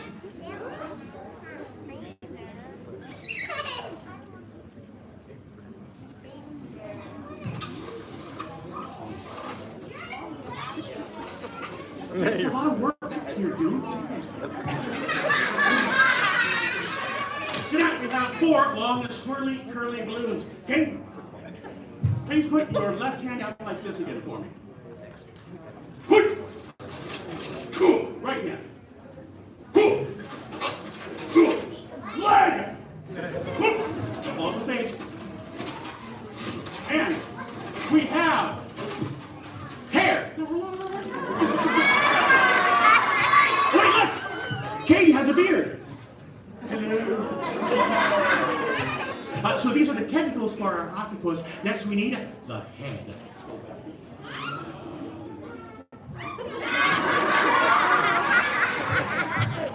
You look fabulous.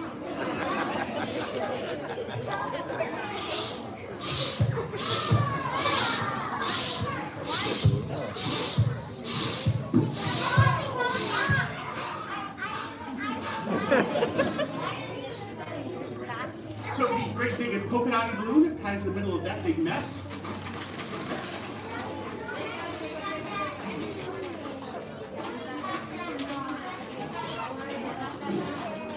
And that is not right. Oh, hang on, wait a minute. Almost forgot.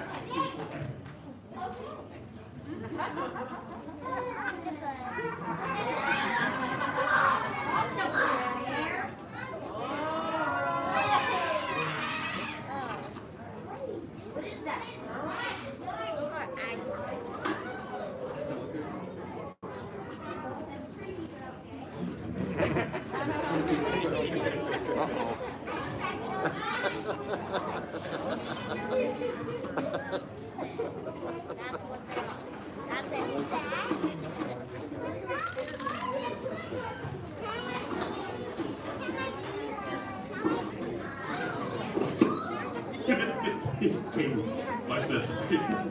Ah!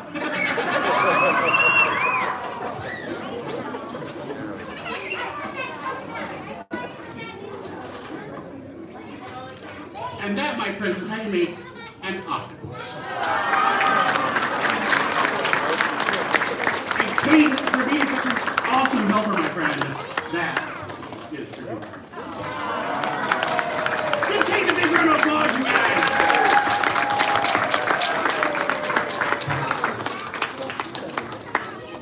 Well, that's it for me, you guys. My name is Buster Boone. Thank you so much for playing with me. Have a wonderful night.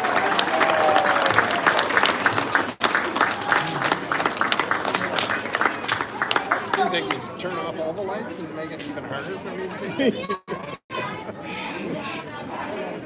place is as dark as a sack full of black cats. Thank you so much, Buster. That was so much fun. Up next, be ready to be enchanted by the magic lantern. We have our friend Matthew, who's going to have an amazing magic lantern show for you right on this screen right here. So make sure you can see it. Take it away, Matt. Yeah. By the way, you're a great assistant.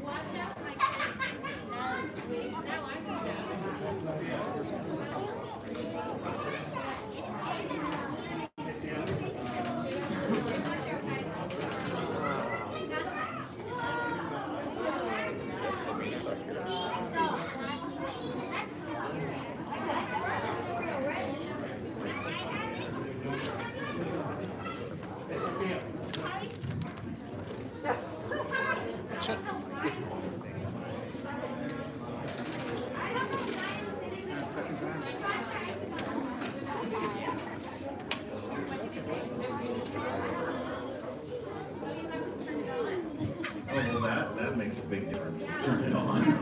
It's amazing how much of a difference that makes. All right, is the audio okay? We're good.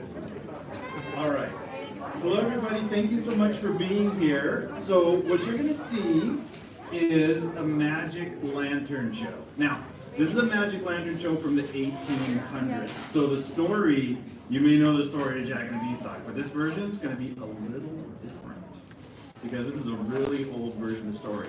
And what you're seeing here, this is an 1800s magic lantern. So this magic lantern is from like the 1860s. It's really old. And it's been giving shows to people for 150 years, but not with me. I'm not. So the first show we're going to see is Jack and the Beanstalk. And what I want you to tell me at the end which parts of this story are different from the version you know. Because it's going to be a little different. I got the mic here, I got it. Okay, here we go.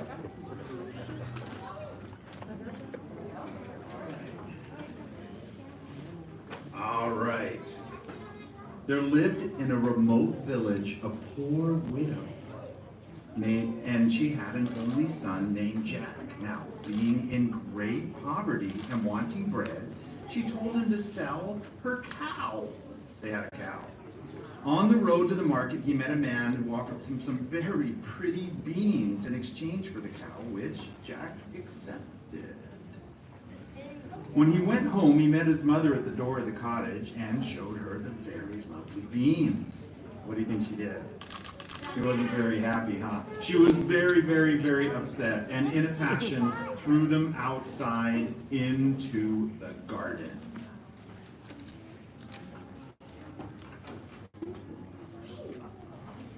Early the next day, Jack was greatly surprised to find the beans had taken root in the garden and grown so high that the top of them was lost in the clouds.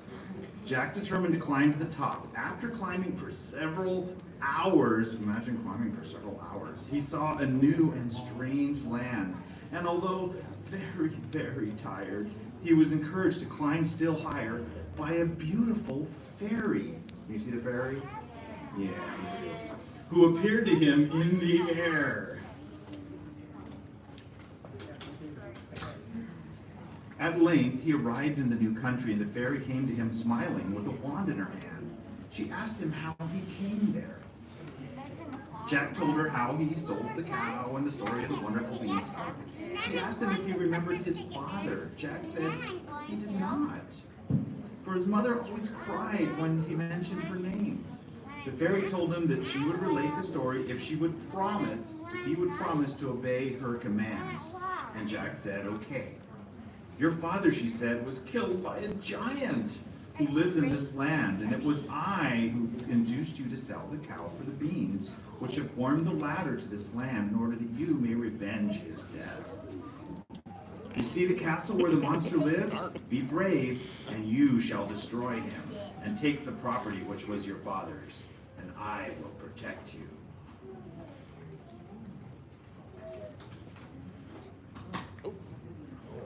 Arrived at the castle, Jack, seeing the giant's wife, asked for a night's lodging. She told him if the monster saw him, he would devour him. But at length, taking compassion, hid him in the cupboard. The giant, soon returning, told his wife to prepare supper, which he ate, then called for his hen. She brought him, and each time he said, "Lay," the hen laid a golden egg. I want a hen like that. That would be amazing. Imagine if they were filled with chocolate. That would be even better. Chocolate golden eggs. The giant soon fell asleep. Jack crept from the cupboard and, seizing the hen, left the castle. He reached the beanstalk, which he descended very safely, and reached home to the joy of his mother. The hen continued to lay golden eggs, which made them very rich. I think the chocolate ones sound even better. They're way better. You get ignorant, you don't ever have to worry about hunger for you again. That's right.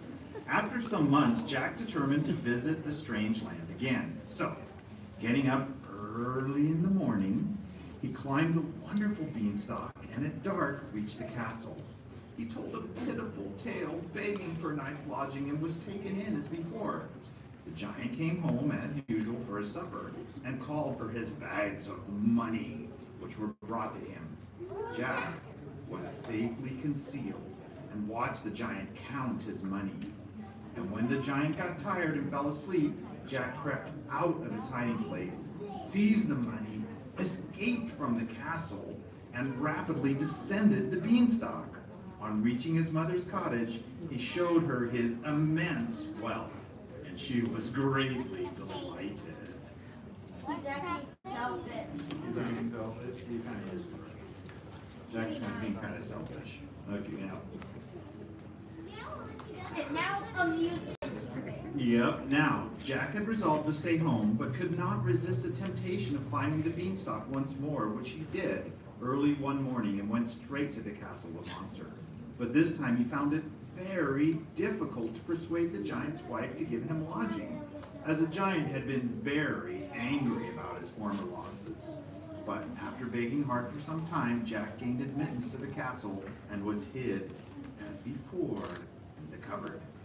When the giant returned at night, he searched the room carefully, which made Jack tremble, but he fortunately forgot to look in the cupboard and went to his supper. The monster then called for his harp, which he commanded, "Play," and it played the most beautiful tunes without even being touched. And soon lulled the giant to sleep. Then Jack got out of the cupboard and took his harp. However, to Jack's horror, immediately the harp cried out, "Master, master!" The giant awoke and ran after Jack. I think you know what's going to happen. R.I.P. Jack returned to the top of the beanstalk in safety, being now accustomed to going down very quickly. He reached the monster's garden before the giant had made his mind to descend. The monster, however, being very angry, began to travel down the beanstalk, which Jack, seeing he obtained an axe, chopped the stalk off at the bottom, so the giant fell headlong all the way to the ground and was killed. R.I.P. him and Snap. At this moment, the fairy appeared to Jack and said, "Perseverance and bravery are always rewarded. The cruel giant is punished, your father's death is avenged, and you have your reward. She then vanished, and Jack and his mother lived happily, enjoying immense wealth ever after. Yeah. All right, so for magic lanterns, let's see a little bit of magic lantern magic. What do we have here? The colors. Okay, now I want you to let me know if the colors do anything weird. Are the colors doing anything weird? Oh no! It's getting blurry. Yeah, it's getting blurry. Let's see if we can fix that. There, now it's not blurry. Whoa! That's neat. Images? Images. You want to see images? All right. All right, that's a vase. Now, can I make something come out of the vase, you think? What do you normally pull out of a hat? A bag. Do you think we make a rabbit come out of the vase? A chicken. I think a chicken actually would be great. All right, here we go. And it is a rabbit!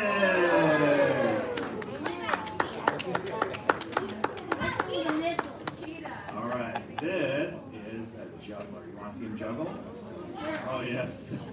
Okay, here we go. Juggle! Juggle! Yay! Yay, that's good. I know, it's kind of interesting, huh? I don't know how to do that. How do you make the ball change color? They are like, maybe they have LEDs. Alright. Alright. And now, what do you think this one's going to do? Jump rope. It's going to jump rope. Jump! Jump! Jump! Jump! Jump! Jump! That was good. I like that. Alright. This is a magic umbrella. You know what's magic about this umbrella? What? If you have an umbrella this big and it rains, you suddenly get a whole bunch of friends.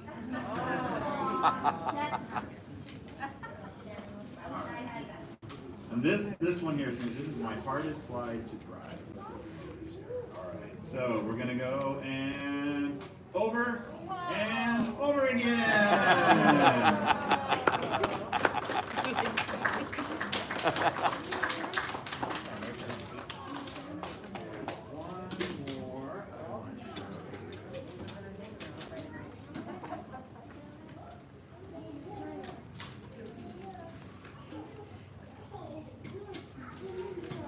Yes, all right.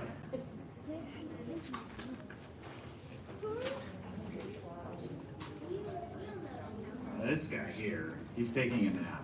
That's my beer. And some people, when they take a nap, you know what they do?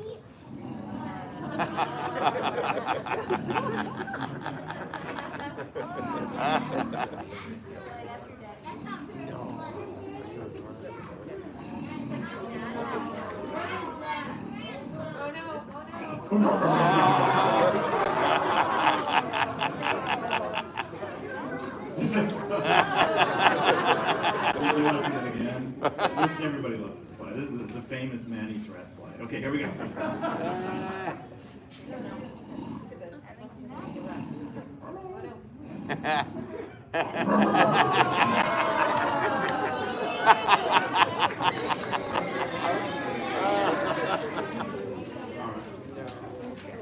I think it's beautiful. And we're going to have two little scary slides. Okay, this one's scary. We're going to look at that flower. Look real close. Real close. Hello! Oh, I see you. Oh, I'm hiding in a flower.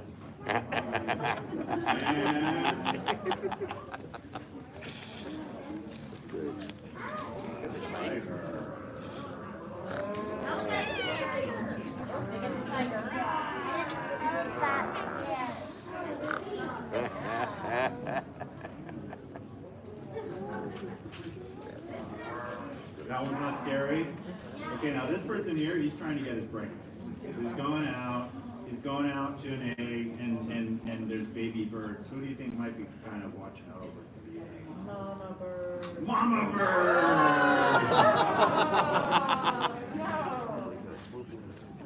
And this person here, okay, almost gave it away. This person's looking for a lobster because she wants to cook lobster for dinner. And she's going around looking through the water and whoa! Whoa! Got you guys! Apparently stick out your nose jokes are very popular. I know, right? Oh, wow, I know. Here's another one. All right, he's got a nice dinner. He's bringing a dinner and got your nose. All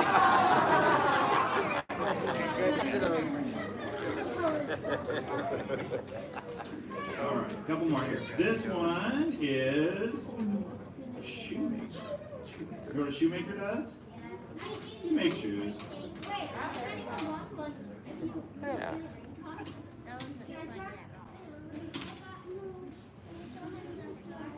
All right, last one. So at the end of the day, we go down for dinner, and you got your nice dog watching out to make sure you got your dinner. And he's getting ready to order. This is going to be absolutely delicious. So wait a minute! All right. Well, thank you, everybody. Hope you enjoy the Magic Wonder Show.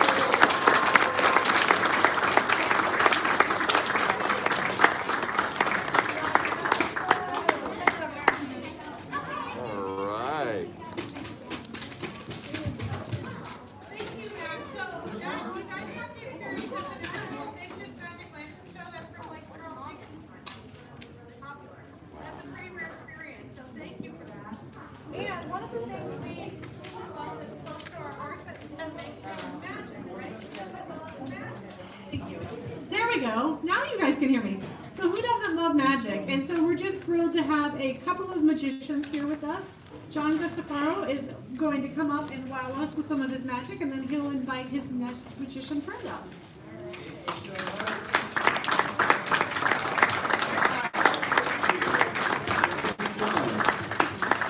Are you having fun so far? Yeah.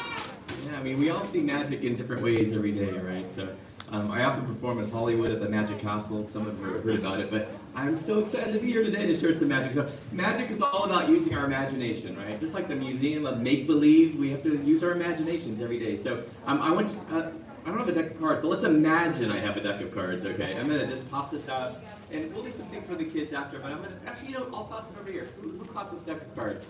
You did. Okay, what's your name? Lisa. Take the cards out of the box. Okay, just it's like make believe. So take out any cards you want, okay? And you want this card to be red or black? Black. Okay, now I'm going to toss that card out to somebody in the audience. Who caught the card? Let's get somebody in the back too. Let me see here. I got it.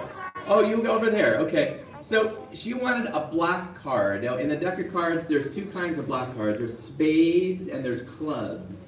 Which one would you like? Clubs? Is that what I heard? Spades. Does everybody know what a spades looks like? It's kind of like a pointy thing, right? Okay. Okay. Toss that card to somebody else in the audience. Just toss it out. Okay. Okay. Oh, you got it. Okay, you got it. Okay. All right. So, do you want